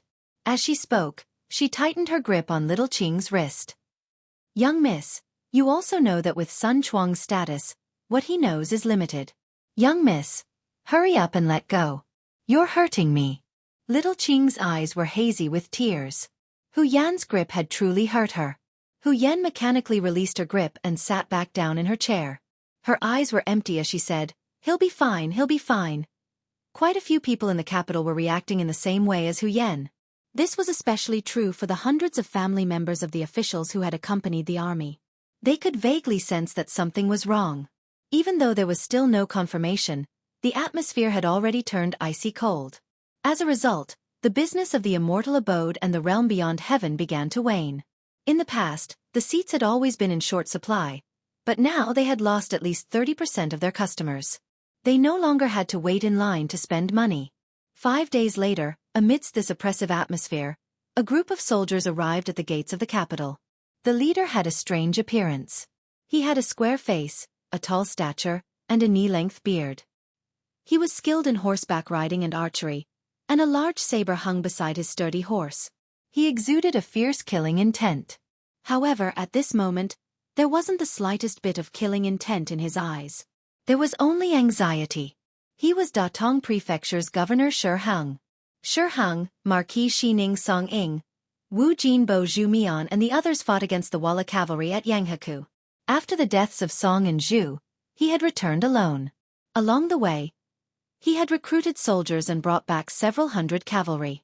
This time, he had returned to the capital to atone for his crimes by performing meritorious deeds. Shi Heng came back with the latest news from the front line. When Zhu Qiyu, the Imperial tutor prince, found out about this, he immediately summoned all the fourth rank and above officials in the capital to the palace for a discussion. In the Imperial court, Shi Heng knelt before Zhu Qiyu and recounted in detail what he had experienced and what he had seen. After he finished speaking, he continued to kowtow to the ground. As he kowtowed, he said, "Your humble servant is incompetent, incompetent." At this moment, Shi Heng was acting like a loyal and brave general. Instead of saying that he was repenting, it was better to say that he was showing off his achievements. "General Shi, please rise. This prince wants to ask you, how is the emperor? How are the other officials?" Zhu Qiyu, the Imperial tutor prince, asked anxiously. However, others did not know that there was a ball of fire burning in his chest at this moment. "Your Highness Imperial tutor prince, the emperor has ascended to heaven." Shi Heng slowly raised his head and blinked his eyes hard. But no matter how one looked at him, he did not look like he was about to cry. His expression was still vivid, giving people the feeling that he was very sad and in pain. "What?" Zhu Qiyu's body trembled when he heard this. He almost slipped off his chair. Fortunately, Jianghu, who was standing to the side, helped him in time, so he did not make a fool of himself. At this moment, the other officials were also shocked. Some of the timid ones even knelt on the ground and began to cry. There were also some officials who could not believe Shi Heng's words. After all, according to the battle report, the Vola cavalry and infantry only had 60 to 70,000 soldiers. However, the Great Ming Empire had sent an army of 500,000 soldiers, including many elite troops. How could they be defeated? Moreover, they were defeated so thoroughly that even the lives of the emperor and hundreds of officials were lost? "Governor Shi, did you see the death of the emperor and the officials with your own eyes?" Among the officials, Wang Ji, the minister of the Ministry of Personnel, was relatively calm. He really could not understand how they could have been defeated so miserably when they had outnumbered the enemy by 7 to 8 times.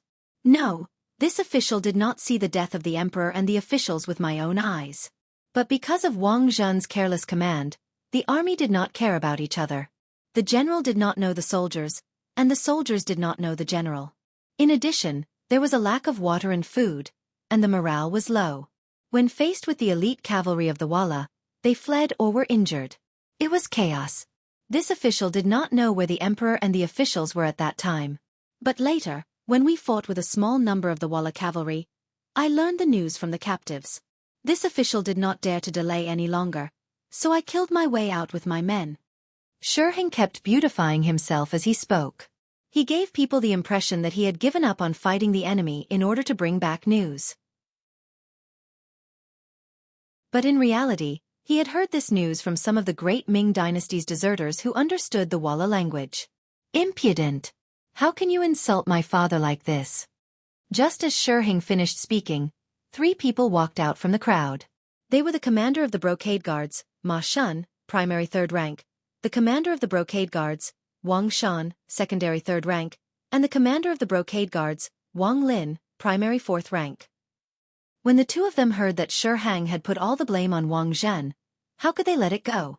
One of them was Wang Zhen's confidant, and the other was Wang Zhen's nephew. They were deeply indebted to Wang Zhen and would not allow anyone to speak ill of Wang Zhen. As soon as the 2 of them jumped out, Jianghu, who was standing next to the throne, raised his eyebrows. He had been waiting for this moment for far too long. It was precisely because of these people that his authority had been completely stripped away. Now that he finally had a chance to take revenge and eliminate his dissidents, how could he let go of such an opportunity? He had even summoned officials of the 4th rank and above to discuss this matter precisely to lure out Wang Zhen's confidants. If Yang Chendong were here, he would definitely be suspicious. History had already begun to deviate from its original course. In reality, because of his appearance, many things had already changed. It was precisely because of the establishment of the realm beyond heaven and the immortal abode that Wang Zhen was able to earn money so quickly that he found it difficult to put anyone aside from the emperor. This made Jianghu even more dissatisfied with him than in history. The 3 of them stepped out at the same time and glared at Shi Heng, giving him a fright. I'm only speaking the truth. What do you want to do? What do we want to do? Scoundrels like you who spread false information should be put to death. Men, drag him away and behead him. Ma Shun's gaze was as sharp as a sword as he stared at Shi Hang. He looked like he wouldn't give up until he had skinned him alive. As soon as he spoke, 6 tall burly embroidered uniform guards walked in. They were dressed in flying robes. As soon as the embroidered uniform guards appeared, the atmosphere in the Imperial court froze. The expressions of all the officials changed greatly. It was clear that they had all suffered at the hands of these people before. They were terrified from the bottom of their hearts. At this moment, no one noticed that the Mastiff Prince, Zhu Qiyu, and Ji Ning, the eunuch of the ceremony directorate, were exchanging glances. It was clear that they had already known that something like this was going to happen.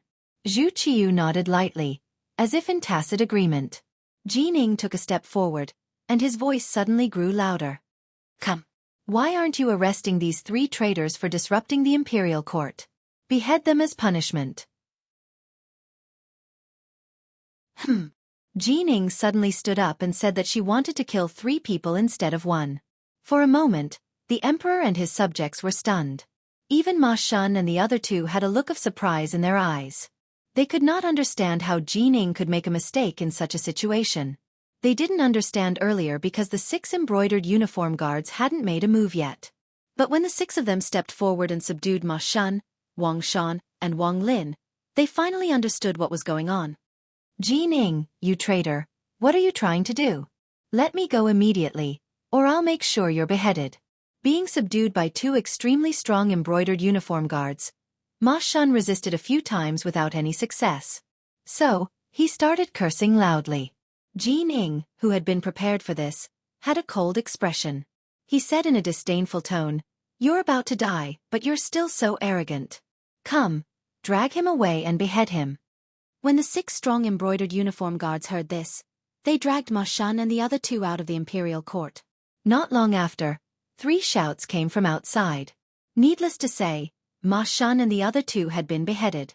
Their most loyal lackeys had been killed. The officials were all trembling with fear, especially those who had previously sided with Wang Zhen. They were so nervous that they broke out in cold sweat. They didn't know if Ji Ning, who seemed to be in control of the Imperial court, would suddenly attack them. Killing people was to establish authority and also to intimidate. Now it seemed that the effect was quite good. Ji Ning sighed softly in his heart. Don't blame me. You forced me to do this. After giving himself an explanation, he suddenly turned and knelt down in front of Zhu Qiyu, the Duke of Yan. Your Highness, the Duke of Yan, now that the Ying sect is in trouble, the Great Ming is in danger. Please ascend the throne, preside over the situation, and lead the Great Ming back to glory. When Ji Ning knelt down, the entire Imperial court fell silent. It was so quiet that one could hear a pin drop. Obviously, this was something that no one had foreseen or prepared for. But this silence only lasted for a moment. Shi Hang suddenly pounded his head on the ground and shouted, "This official requests the Duke of Yan to ascend the throne and establish the empire." With Shi Hang taking the lead, the officials who reacted quickly knelt down one by one and begged the Duke of Yan, Zhu Qiyu, to ascend the throne and become the emperor. Shi Hang had said that the Ying sect, Zhu Qizhen, had already died on the battlefield. Even so, someone had to be the emperor. Now it seemed that with the status of regent, the younger brother of the emperor, and the bloodline of the Zhu family, it was perfectly justified for him to inherit the empire.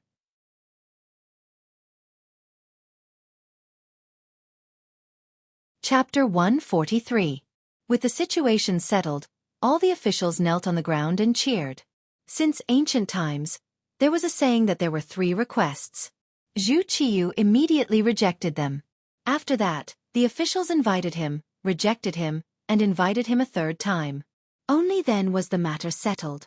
Immediately, everyone and Zhu Qiyu went to see the Empress Dowager to go through the final approval process. That day, Zhu Qiyu became the emperor. Because the war was imminent, the situation was urgent. The officials knelt on the ground and recognized Zhu Qiyu as the emperor. His title was Daizong, and his name was Jing Tai. He made Yingzong's son, Zhu Zhenchen, later Xianxia, the crown prince. This important imperial edict was passed down by Ji Ning. Now, Ji Ning had become a powerful official like Wang Zhen during Yingzong's time. Jining also received the favor of Empress Dowager Sun and the new emperor. Whether it was Wang Zhan or Jining, this was the result of the system and environment. The Ming dynasty was an unprecedentedly powerful dynasty. This was why the emperor dared to give power to the eunuchs. Although the eunuchs of the Ming dynasty had so much power, when the emperor really wanted to punish them, he only needed to write an imperial edict and these eunuchs would be doomed eternally. Lu Jin and Wei Zhongxian both ended up like this. Thus, the emperor was not worried about the eunuchs being disloyal. Secondly, the emperor had no choice but to use the eunuchs. The Ming dynasty officials were very powerful. At their peak, they dared to publicly criticize the emperor. Although the emperor was the son of heaven and had unparalleled power. But in front of all the officials, he was all alone. In order to break the unity of the officials, the emperor could only use the eunuchs to restrict the power of the officials. Although the eunuchs were mostly dark, they all knew that the only thing they could rely on was the emperor. Thus they were all loyal. Thus to the emperor, the eunuchs were more reliable than the officials. Now that Jining had taken the initiative, she should have immediately attacked Wang Zhan's faction. However, this was not the result of a peaceful development. It was the result of a crisis. At this time, the military report said that Walla's army was approaching. If the palace was in chaos now, it would be bad for the overall situation. In order to give Emperor Jing and Zhu Qiyu a good impression, Jining didn't attack Wang Zhenyu's supporters. Instead, she began to unite the majority of the people and prepared to fight the enemy together. It was because of his generosity that many eunuchs took the initiative to defect and change their allegiance.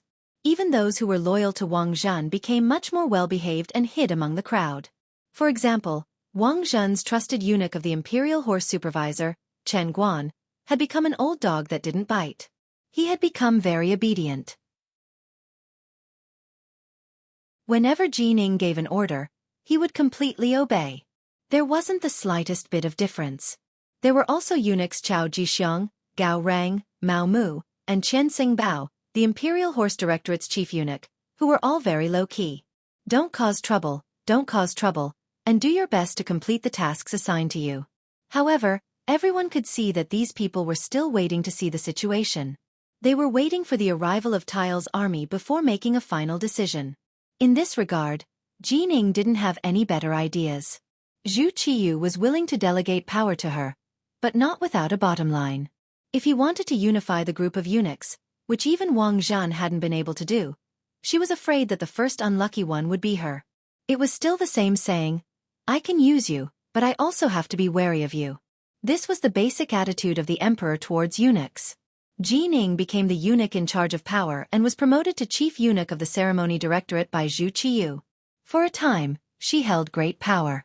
Her fangs were unfurled. The group of eunuchs wasn't easy to move. They were all under the emperor's nose. If there was any wind blowing, it would be very difficult to hide. Thus, she began to move against the officials. She arranged for Lu Guei, who had just been promoted to commander of the Brocade Guard, to walk through the homes of the officials, looking for their weaknesses and problems to threaten. Lu Guei brought the new commander of the Brocade Guard, Han Ji, to visit the important officials one by one. The Minister of Works, Shi Pu, had originally gotten his position from Wang Zhen. After Wang Zhen fell from power, he used Lu Guei to bribe Jining to keep his position. Jining's family also asked for stone, grass, and other materials to build a private room for Jining and so on from the officials of the Military Preparation Office and internal envoy Yi Jingrong. Many of the important officials were threatened because of this. The lighter ones were given a sum of money to settle the matter. There were even some who were directly sent to prison. As the residents of the Minister of Rights, Hu Mang, the Hu Manor also suffered a lot from Lu Guei and Han Ji. Not only did they give a large sum of money, Hu Chongning was also ordered to reflect on his mistakes at home on the grounds that he was suspended from his duties. Jining had made such a big move that some of the officials who liked to curry favor could no longer remain calm.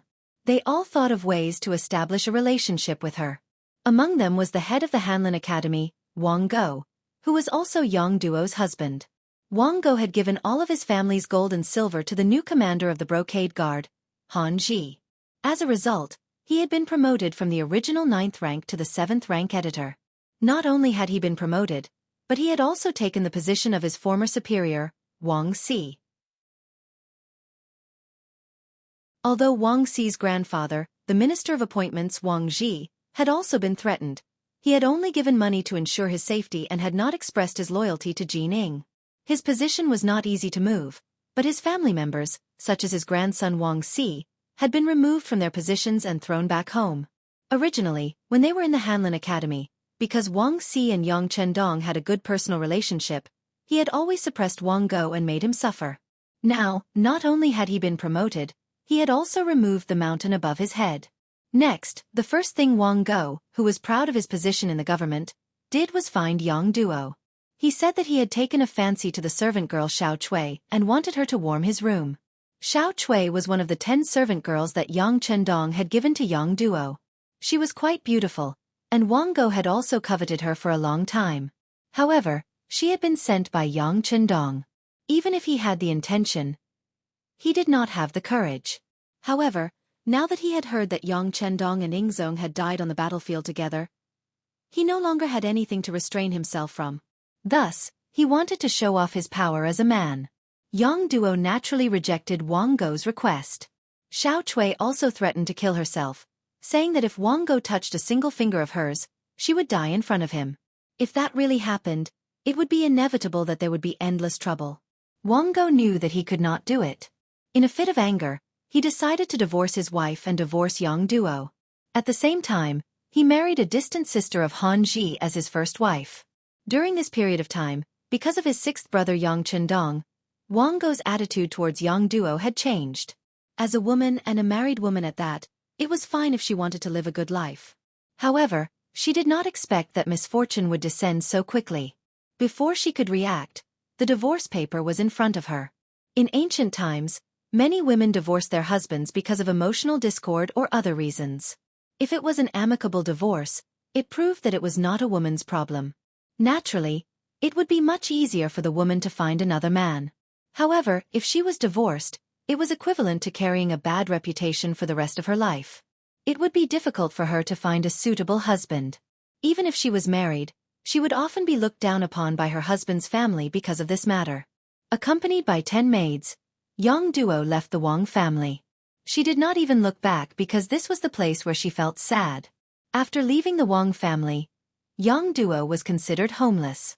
In the end, she decided to go to the Yang family village. In the village, when she saw Qiao Yin and Madame Shui, who were already waiting there, she burst into tears. The 3 women quickly hugged each other and cried together. The news of Ingzong and the officials' deaths naturally spread to the Yang family village. Qiao Yin and Madame Shui did not know how many times they had cried because of this.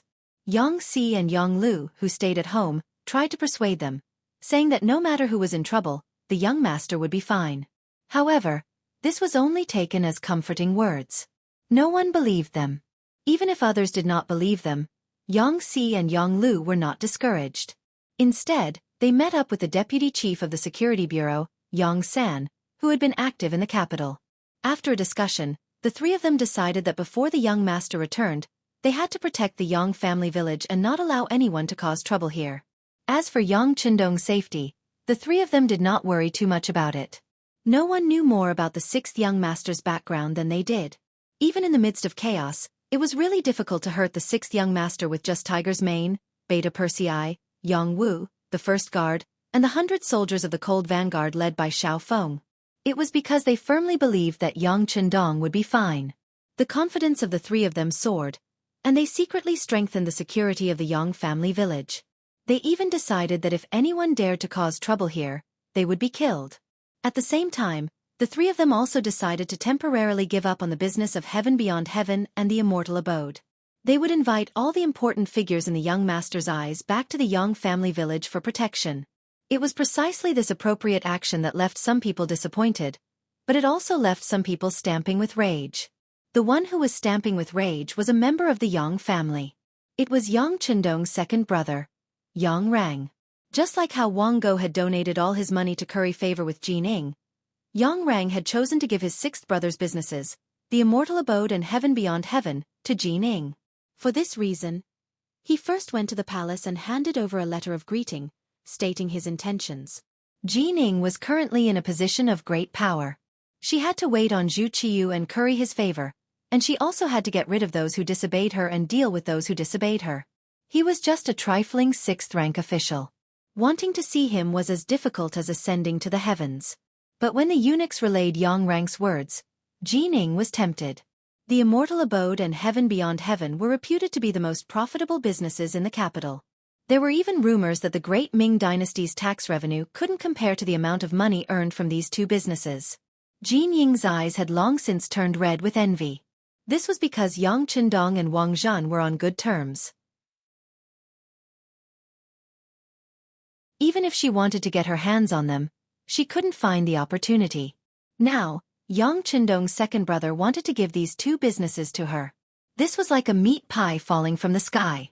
Jining immediately summoned Yang Rang in the midst of her busy schedule. When Yang Rang saw Jining, he immediately knelt, looking like a servant meeting his master. It seemed like he wanted nothing more than to be Jining's dog.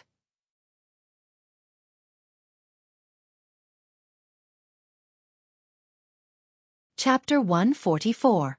Jining was naturally overjoyed by this attitude. After all, this person was the son of Yang Rong of the Three Yangs. Him treating him with such respect was definitely a sign of respect. He immediately put on a courteous front and helped Yang Rang to his feet. Afterwards, the host and guest sat together and chatted happily. Yang Rang's attitude was resolute. He had to give the realm beyond heaven and the immortal abode to Jining. In response, Jining expressed an appropriate amount of magnanimity. He agreed to take over these two properties, but he wouldn't treat Yang Rang unfairly. He said that he would give him 1/10 of the profits and let him manage them. All he needed to do was ensure the safety of the facilities. Yang Rang was overjoyed by the fact that this negotiation was not going to be taken seriously. After all, 1/10 of the profits was still a lot of money. At that moment, the two of them hit it off. In order to make Yang Rang's operation even smoother, Jining even transferred 2 small banners of the embroidered uniform guards for him to use. Not only that, she also sent her servant, Zhao Xian, to cooperate with him. They had to get the deeds for these 2 places as soon as possible. Before the mission began, Yang Rang's official position was directly promoted from the 6th-rank official of the Ministry of Rights to the 4th-rank official of the Zhan Department. Although this position didn't have much authority, Jining clearly stated that he could continue to be promoted after taking over the realm beyond heaven and the immortal abode. He was suddenly promoted from rank 6 to rank 4. This was a qualitative change. Yang Rang's eyes were filled with hope. He even believed that he would have to rely on himself to develop the Yang clan. As for whether or not he'd gotten everything because he'd thrown in his lot with the eunuchs. Once he succeeded, who would care about asking so many questions? After leaving the Imperial Palace, the group of 20 headed straight for the immortal abode. However, when they came here excitedly, they were faced with a closed door. Let's go take a look at the realm beyond heaven. Yang Rang frowned. Everyone went to the neighboring heavens beyond, but it was the same here. It was empty. They could even see the emptiness of the interior through the transparent glass. There were no goods left, not even a guard was left behind. This gave Yang Rang a bad feeling. Although news of Ing Zong's defeat had already reached the capital, the new emperor had already ascended to the throne. There weren't any businesses that had closed because of this. Perhaps he had been affected a little, but it wasn't to the extent of not doing it anymore. What's going on? Zhao Xian, Jin Ying's servant, was also agitated by the scene in front of him and asked angrily. Yang Rang hurriedly bowed and revealed a flattering smile. It's fine, it's fine. They must be too cowardly and moved all the goods back to the Yang Qindong manor. We'll go there now. Don't worry, I'm Yang Qindong's second brother and the owner of that place. No one will dare to stop me. That better be the case. Zhao Xian snorted. Even without Zhao Xian saying anything, Yang Rang knew the importance of this matter. Jining was interested in the benefits that the immortal abode and the heavens beyond heaven could bring her, not these 2 properties. Without the goods and services, these 2 places were not worth much. Yang Rang's forehead was already covered in cold sweat as he hurriedly led the group of people towards the Yang manor. In the Yang manor, it was as if they were facing a great enemy. Dao Xiao, who had been hiding in the shadows, had already led a small team of 10 people to the open and found a suitable location outside the manor. They were ready to destroy the enemy. In the manor, Xianxia and Jianghu each held a 95-style sword and kept wiping it and checking their equipment. They knew that in the chaos and with the young master not around, there would definitely be someone who had designs on the young manor. However, they did not know who it was. As they waited, a horse carriage entered Dao Zhao's line of sight. "Who are you?" "Stop the carriage. The Yang manor is in front. Unauthorized personnel are not allowed to enter." Dao Xiao jumped out from the bushes by the road and stood in the middle of the road. This was because it was only a horse carriage and he could not see any danger. Otherwise, he would not have appeared so casually. "Stop!" The coachman shouted and stopped the carriage. Then, the coachman took off the felt hat on his head, revealing a young and valiant face. "Brother, I am Sun Chuang, a servant of Minister Hu from the Ministry of Rights. My young lady is in the carriage." Sun Chuang. Dao Xiao knew this name. As one of the captains of the young master's guards, he naturally had to be familiar with certain situations. This was to prevent a flood from flooding the Dragon King's temple. "Yes, you know me?" Sun Chuang looked at Dao Xiao with a suspicious gaze. As a captain of the embroidered uniform guards, even if he had never seen someone before, he would still have an impression of them. For example, he was sure that he had never met the person in front of him before. Facing Sun Chuang's question, Dao Xiao did not answer. Instead, he shook his head and said, "It is not important whether I know you or not. Who is in the carriage? Please open the curtain and take a look." "Who are you?" "I have been to the Yang manor a few times. Why have I not seen you before?" When Sun Chuang heard that he was going to open the curtain, his face revealed a sullen expression. In ancient times, when a young lady went out, she would not easily show her face to outsiders. Otherwise, where would the words reserved and well-bred come from? Seeing that Sun Chuang was questioning him, Dao Xiao replied with a cold laugh. "Forget it. Since you are not willing to open the curtain, please go back." After he finished speaking, he waved his hand, indicating for Sun Chuang to drive the carriage away from the Yang manor. "Wait!" At this moment, a woman's voice came from the carriage. Then, the window opened, revealing Hu Yan's peerless face. However, at this moment, her face was filled with anxiety. Her face was not as rosy as before, but rather pale. Who was Hu Yan? She was Yang Qindong's future wife candidate. As one of the captains of the guards, how could Dao Xiao not know her? When he raised his head and saw that it was indeed this young lady, he immediately lowered his head and clasped his hands together. "Sorry for the offense. This is a critical time. Please forgive me. You should go back quickly." After Dao Xiao knew who was in the carriage, he did not even have the courage to look at her. He no longer had the stern look he had before. Instead, he lowered his eyes and looked like a little wife who had been bullied. In Hu Yan's eyes, this performance actually caused her to unconsciously feel joy in her heart. These were the people by the Dong Shuai's side. They were always so respectful to her. They were even more respectful to her than the people in the Hu clan. "Officer Sun, drive the carriage." Hu Yan collected her thoughts and lowered the curtain.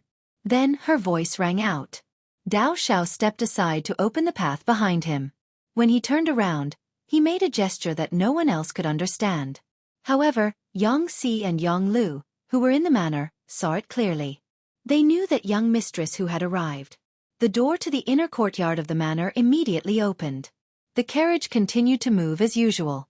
In the carriage, Xiao Qing hugged Hu Yan's arm tightly and said with a worried tone, "Young lady, we just left the Hu clan like this. Will master be angry if he finds out?" "So what if he's angry? I was born to be the Dong Shuai's woman and die to be his ghost. If he wants me to go back, he can only do it as a corpse," Hu Yan said with a determined expression. Ever since Shiheng returned to the capital and news of Ingzong and the hundreds of officials dying in battle spread, Hu Yan had shed countless tears. When she could no longer cry, she made a bold decision. She came to the Yang clan manor and lived here as Yang Qindong's wife. The two of them did not go through any ceremony. They did not even make any basic promises. When Yang Qindong left the capital, he did not even say goodbye. Logically speaking, when Hu Yan married someone else, she would not make any moral mistakes. However, she still made this decision. From this, it could be seen that she really liked Yang Qindong. She did not covet his ability to earn money and wanted to become a rich wife. In front of Xiao Qing, She expressed her attitude once again.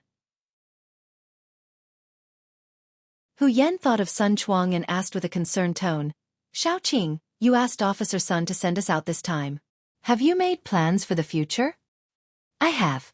At this time, it was Xiaoqing's turn to reveal a determined expression.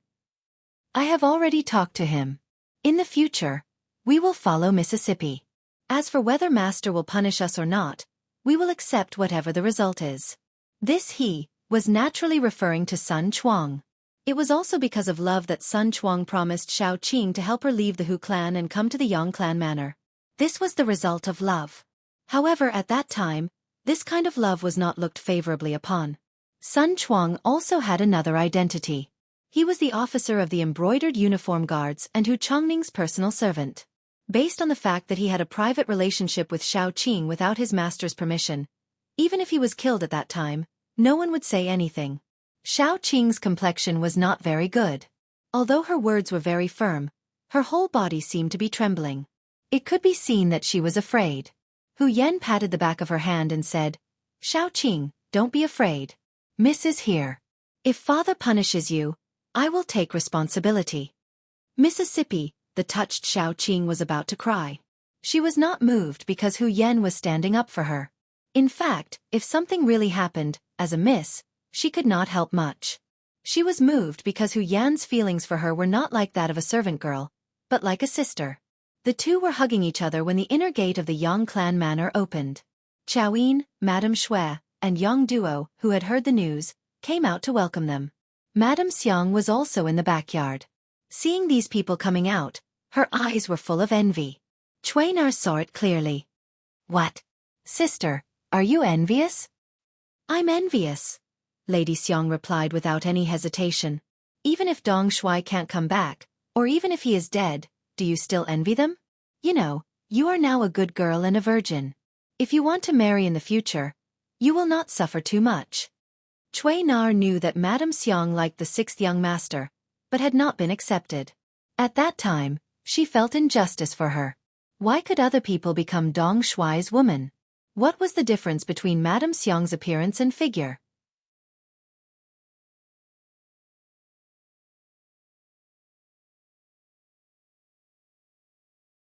Chapter 145.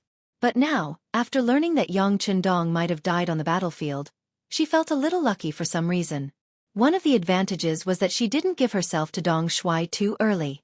But she didn't expect that Lady Xiang was still envious of Lady Shui and Lady Chao Yin. "No." Lady Shui shook her head firmly after hearing Cui Nar's words. "You can't find a man as outstanding as Dong Shui in the whole world. Even if he's dead, I'm already his woman in Han Xiang's heart." As she spoke, her eyes couldn't stop tearing up. Obviously, it was too late for regrets at this moment. If she had known this would happen, she would have given herself to Dong Shui. It would have been better than regretting it for the rest of her life. Let's not talk about how the women would welcome Hu Yan and how they would cry when they saw each other. Let's talk about the group of people outside the Yang village. They were a group of unusual guests. The reason why they were said to be uninvited guests was because they all had excited expressions on their faces. Moreover, they didn't seem to have any intention of stopping when they entered the Xianxia village. "Stop!" The gate of the village opened, and Yang Si strode out to welcome them. While they were still far away, he fired the 95 style in his hand into the sky. Bang! The crisp sound immediately shocked the group from afar. Then, the sound of horses reining in their horses sounded one after another. From this point alone, it could be seen that people were afraid of death, especially those who seemed to be awe-inspiring. They often cherished their lives more and were the most timid. Yang Rang and Zhao Xian were riding at the front. The sudden gunshot really frightened them. They reined in their horses in a hurry, and almost lost control of their bodies and fell from their horses. Twisting their bodies, they dismounted from their horses. Their faces were as unsightly as they could be. When Zhao Xian's feet finally landed safely on the ground, he pointed to the front with a flustered and exasperated face and said, "Who are they? How can they have firearms in their hands? Where are the laws of the great Ming dynasty?" It was no wonder that Zhao Xian was so angry. Firearms were important weapons of the Imperial court, and they wouldn't be shown to people easily. Even the 3 firearm battalions were very strict with the management of firearms. Unless they had the special permission of the Emperor and the Ministry of War, it was difficult for anyone to take them out. But now, this thing had unexpectedly appeared in the Yang village. How could they not be shocked, angry, and indignant? The more Yang rang, the more angry he was. But he didn't know these things. In order to calm Yang's anger, he kept nodding and said, "Mr. Zhao, don't be angry. I'll ask them what's going on." As he spoke, Yang Rang turned to look at Yang Si, who was standing at the entrance of the Yang family's inner courtyard with a firearm. Instead of acting like a grandson, he roared like a master. "Who are you? How dare you block our path? Do you know who I am? I'm Stings, I'm. What's the reason for entering the village without permission?" Facing the imposing Yang Rang, Yang Si naturally wasn't afraid, even though he had already recognized that this person was the sixth young master's second brother. But at this time, he had brought so many embroidered uniform guards with him. His purpose was as clear as day. With regards to his own brother trying to steal the sixth young master's wife, he was no longer a member of the Yang family in his eyes. So why should he be polite? Yang Rang heard that he was just a servant, and it sounded so sarcastic. Since when did a servant dare to show off in front of his master? He didn't know how his sixth brother usually managed things. How could he not distinguish between master and servant? Humph! How dare a little servant hold a firearm? Let me tell you, you've already violated the laws of the great Ming dynasty. Now kneel and beg for mercy. For the sake of my sixth brother, I'll only kill you. I won't implicate the others in the village. Yang Rang seemed to be magnanimous, but unknowingly, he had already placed himself in the position of the head of the Yang family village. When the other servants heard their master's words, they must have been terrified. But this was Yang Si. He even beat up the messenger of the Walla. How could he shrink back because of these words? He first shook his head, and then with a trace of disdain in his eyes he said, "First, how I got the firearm is none of your business. Second, a man can only live standing, not kneeling. Third, nothing will happen to the sixth young master, let alone die. Your so-called sixth brother is simply nonsense." The rebuttals entered his ears one by one. Zhao Xian's expression changed greatly, and he added fuel to the fire. "Master Yang? Are these the servants of the Yang family? How can they be so rude?" Zhao Xian's words were like a heavy hammer, and Yang Rang's face was as red as a monkey's butt. Ever since he was a child, no one had ever insulted him like this since he learned that he was Yang Rong. But now, in front of a servant, and in front of a servant of the Yang family, he was being laughed at. How could he hold back his anger? Immediately, he looked at Yang Si with eyes that were spitting fire. "As the second master of the Yang family, I order you to kneel and beg for mercy immediately. Otherwise, I'll exterminate 3 generations of your family." He even said something like exterminating 3 generations of his family. It could be seen how angry and hateful he was at this moment. If looks could eat people, Yang Si would have been eaten by Yang Rang countless times. Yang Rang roared furiously. At this time, Yang Rang did not look like a scholar at all. Looking at him, it really gave people a terrifying feeling. Yang Si was not an ordinary person, let alone an ordinary person. If shouting could make him submit, then Yang Qindong's previous hellish training would really be useless. At this moment, he was completely unfazed by Yang Rang's towering rage. He was still as calm and collected as ever, as if these words were not directed at him. He was just a bystander watching others put on a show. Seeing that Beta Persei was so angry, but the person opposite him did not have the slightest intention of retreating, Zhao Xian did not put his hopes on him. Instead, he turned to the brocade gods beside him and said, "Go, I'll leave this place to you. Since some people don't know what's good for them, there's no need to keep them." Zhao Xian's murderous intent was out, and he decided to suppress everything with bloody martial arts. Perhaps there were times when reasoning was useless. Whoever had the bigger fist would be the one who had the final say. However, the one who had the biggest fist was not Zhao Xian, but Yang Si, who held the 95 style. Ever since he followed Yang Qindong, he rarely had the chance to touch a gun. After all, once a gunshot was heard, it would inevitably attract the attention of all parties. Only when he really wanted to do it, would he ask for leave from Tiger's Mane and go to Foul Crow Mountain Forest, which was more than 10 miles away from Yang Village, to shoot a few shots. And now, the opportunity to shoot was given to him. How could Xianxia not grasp it well? There was a hint of slyness in his eyes, and he revealed a playful expression. When he saw the brocade guard start to run towards him, he raised his hand and pulled the trigger with his finger. A crisp bang sound was heard. The second gunshot caused the embroidered uniform guards who were running forward to stop. Based on their instincts, they knew that there was danger ahead. What are you afraid of? He's only one person with a firearm. There are so many of you. How can that firearm fire continuously? Zhao Xian's shout came from behind. Although he was also very curious, he did not see Xianxia fill the gun with gunpowder and fire a second shot. However, relying on the fact that there were so many people, he still shouted with full confidence. His shout seemed to have given the embroidered uniform guards courage. Thinking that the opponent was indeed only one person with a firearm, and that there were more than 20 of them, what was there to be afraid of? After looking at each other, they gathered their courage and continued to run forward. Xianxia's mouth slightly twitched. He was clearly very happy, but he still pretended to be helpless as he muttered, "You forced me to do this. Hee hee, then let's see who's stronger and see if there are people in this world who aren't afraid of death." The 95 style was raised, and it was a stark contrast to the previous frivolous attitude. At this moment, Xianxia was incomparably serious. His eyes were like an eagle's as he stared at the leg of the brocade guard running at the front. His right index finger lightly moved, and his shoulder was rebounded by the recoil of the firearm. In the next second, the bullet spun out of the barrel and accurately landed on the thigh of the brocade guard. Bang! The person fell. Their coordination was extremely synchronized. Bang bang! After this shot, Xianxia fired 2 more bullets. 3 brocade guards fell to the ground one after another. Even though they fell to the ground, they did not forget to cry out in pain. At the same time, they rolled on the ground to show what kind of pain they were experiencing. This scene also frightened the others. At this moment, the brocade guards could not help but stop. Then, it was unknown who took the lead, but after a shout, they all ran back in the direction of Zhao Xian. At this moment, Zhao Xian was also scared silly. He completely forgot to urge the brocade guards to continue their charge. This was the first time he saw a firearm that could fire continuously. Moreover, it was so accurate and so fast. All of this was beyond his understanding. The fleeing brocade guards returned to Zhao Xian's side.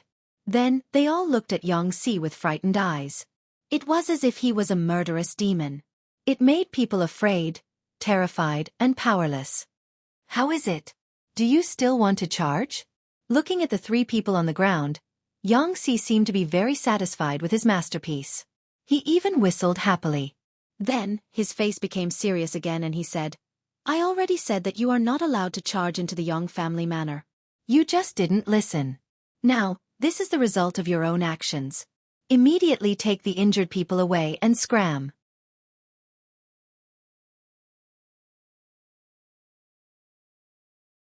Chapter 146. Xianxia raised his hand and fired again. The bullet hit the back of Zhao Xian's saber, and the powerful force sent the saber flying. This shot also completely woke Zhao Xian up. He was so scared that he knelt on the ground with a plop. At the same time, his whole body was trembling. Taking a closer look, his crotch was wet. This was what people called peeing. There was a distance of 60 steps. Not only could the firearm hit, but it also hit with such precision. This made the other embroidered uniform guards completely deflate.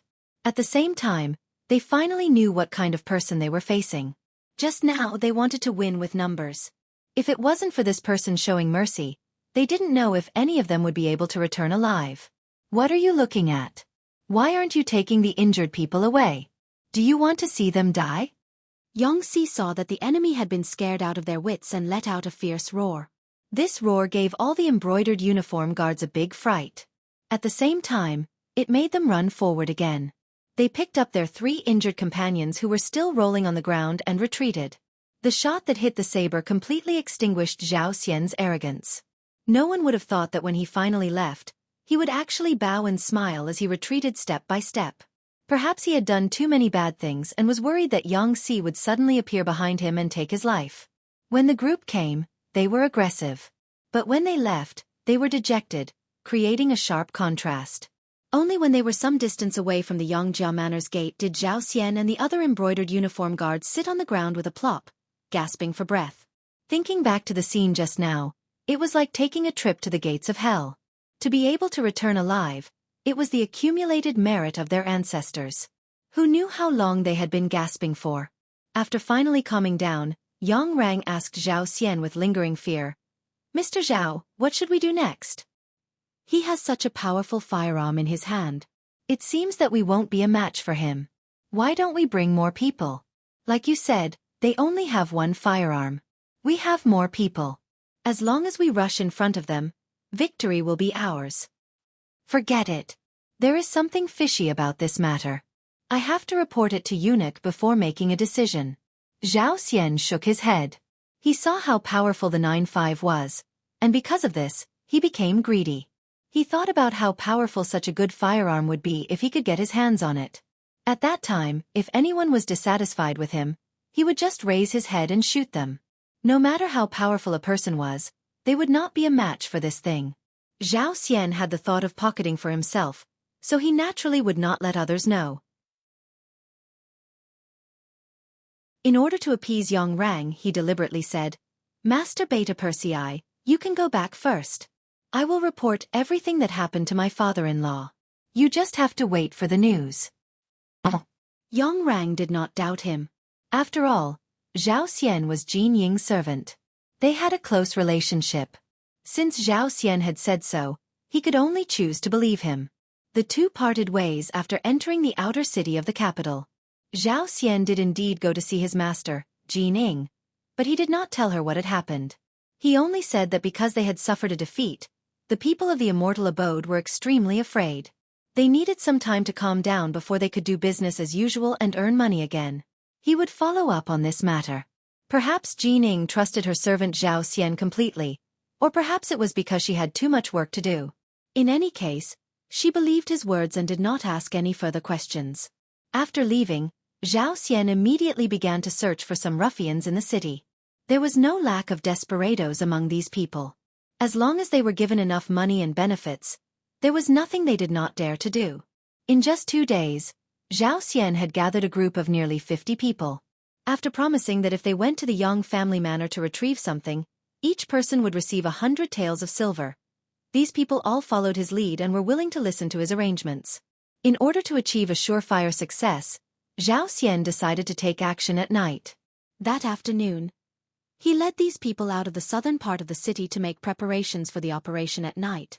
Just when he thought that no one knew what he was doing, and was even thinking of offering the weapon to his master, Jin Ying, the benefits he would receive would not be small. The people of the security bureau had been watching his every move for the past few days. As soon as they left the city gates, the news was reported to the deputy director, Yang San. As the deputy director, he was actually the leader of the security bureau. After training, Yang San had become much more mature, both mentally and mentally. As soon as he received the news, he quickly analyzed that this was a sign that Zhao Xian was about to make a move. After injuring the 3 embroidered uniform guards, the Yang clan manor had entered a state of emergency. They had even prepared for a large group of embroidered uniform guards to attack the manor. Under Yang San, Yang Si, and Yang Lu's joint plan, they even prepared a rocket launcher, a highly destructive weapon, just in case. Unexpectedly, for the past 2 days, it had been very peaceful outside the manor. After investigation, they found out that Zhao Xian had other plans. He probably did not report the situation truthfully to his master, Jin Ying. This could be seen from the fact that he had privately spent a lot of money to move the 3 injured embroidered uniform guards together for treatment. He wanted to hide something and wanted to play a big game of chess. But what did he want to do? Yang San and the others were only suspicious. All they did was send people to keep an eye on him. Now that there was finally news as the deputy director, he slapped his thigh and said, "This Zhao Xian's appetite is not small. He wants to destroy the Yang clan manor privately, but he doesn't know how much weight he has." Yang San was really angry. He had clearly seen the power of firearms, but he still wanted to bring 50 people to attack the manor. How bold was he? He must have thought that the Yang clan manor only had one such advanced and powerful firearm. It must be so. Even though his thoughts were so childish, he still dared to have such ambition. Such a person could not be left alive. Yang Sen immediately made the decision to take the initiative to attack and get rid of Zhao Xian and his group. He also hurriedly sent his suggestion to Yang Si and Yang Lu. 60 miles northeast of Xianxia Yuzhou, a group of people was resting in the mountains. In order to prevent others from discovering their tracks, they did not even dare to start a fire. In the mountains, from a high vantage point, one could see the official road and the majestic Zijing Pass not far away. Naturally, they saw the Walla army knocking on the pass. Why are there enemies here? Could it be that our great Ming has fallen into the hands of the enemy? In the crowd, Zhu Qizhen, who was wearing a tiger's armor, looked very miserable with his hair disheveled. At this moment, when he saw the Walla army that was breaking through the pass, there was a hint of fear and worry between his brows. Ever since he was saved by Yang Chendong, Zhu Qizhen's courage had become much smaller. Along the way, he encountered a few small Walla teams. The scene of them fighting and killing the enemy made him see the fragility of human life. Even though they were all killed by the cold front led by Xiao Feng from a distance, every time they cleaned up the battlefield, when they walked up and saw the various miserable conditions of the corpses, it still hammered his heart time and time again. In the Imperial court in the palace, he would sometimes receive military reports saying that there was a rebellion at a certain place, that there was an enemy at a certain place, and that many soldiers had died in the process. But that was just a number that was forgotten after hearing it. How could it have such a deep impression? He had seen too many scenes and seen too many dead people. Zhu Qizhen secretly decided that he would just obediently stay in the palace in the future. It was more appropriate to leave the matters of war to the generals. An emperor who was skilled in both the pen and the sword sounded good, but it was not so easy to do it. Most importantly, he was not made for this. Along the way, Zhu Qizhen saw himself more clearly. This was something that Yang Chendong did not expect. With history already beginning to change, no one knew if this change in Zhu Qizhen's mental state was good or bad. It was also because of Zhu Qizhen that this group did not travel very quickly. This was especially true after passing through Yuzhou and getting closer and closer to the capital. This was not because he was afraid of returning home. It was simply because he knew that he was safe. As the emperor, Zhu Qizhen, had begun to put on airs. In the absence of any threat to his life, his body began to rebel and display various signs of discomfort. As he walked faster, his body began to develop all sorts of small problems. They were no longer on the run, so no one could forcefully do anything to the emperor. They could only carefully accompany him. However, they had only traveled less than 100 miles in 3 days, and this was under the condition that they were riding on healthy horses. This ant-like crawling speed made Yang Chendong extremely anxious. In the Battle of the Tumu Fortress, Yang Chendong did not interfere too much, or perhaps it could be said that he did not have the authority or opportunity to interfere too much. Only when the situation was settled and chaos descended did he strike with lightning speed to complete his plan. Yang Chendong, who had long known what would happen, had calculated everything beforehand and made all his arrangements come into use. At present, everything seemed to be going according to plan, and everything seemed to be going smoothly. But Zhu Qizhen's speed was truly beyond his expectations. If this continued, it would take at least 7 or 8 days, perhaps even longer, to reach the capital. He had always been worried about the safety of the people in the Yang clan manor, so he decided that he could not wait any longer. He had to strike ahead of time. Passively waiting had never been something that Yang Chendong was willing to do. Even though the Yang clan manor had Yang Si, Yang Lu, Dao Xiao, and the others, as well as the phantom sniper squad in the shadows, they were still a force to be reckoned with. With these people, unless an army invaded, ordinary attacks would not be able to harm them. But there was always an exception. History had long ago proven that unexpected things would happen from time to time. In order to avoid the possibility of an accident, he needed to return to the capital as quickly as possible. You're tuning in to the Wisdom Diary YouTube channel. Don't forget to subscribe and join us on this journey to catch the most captivating stories.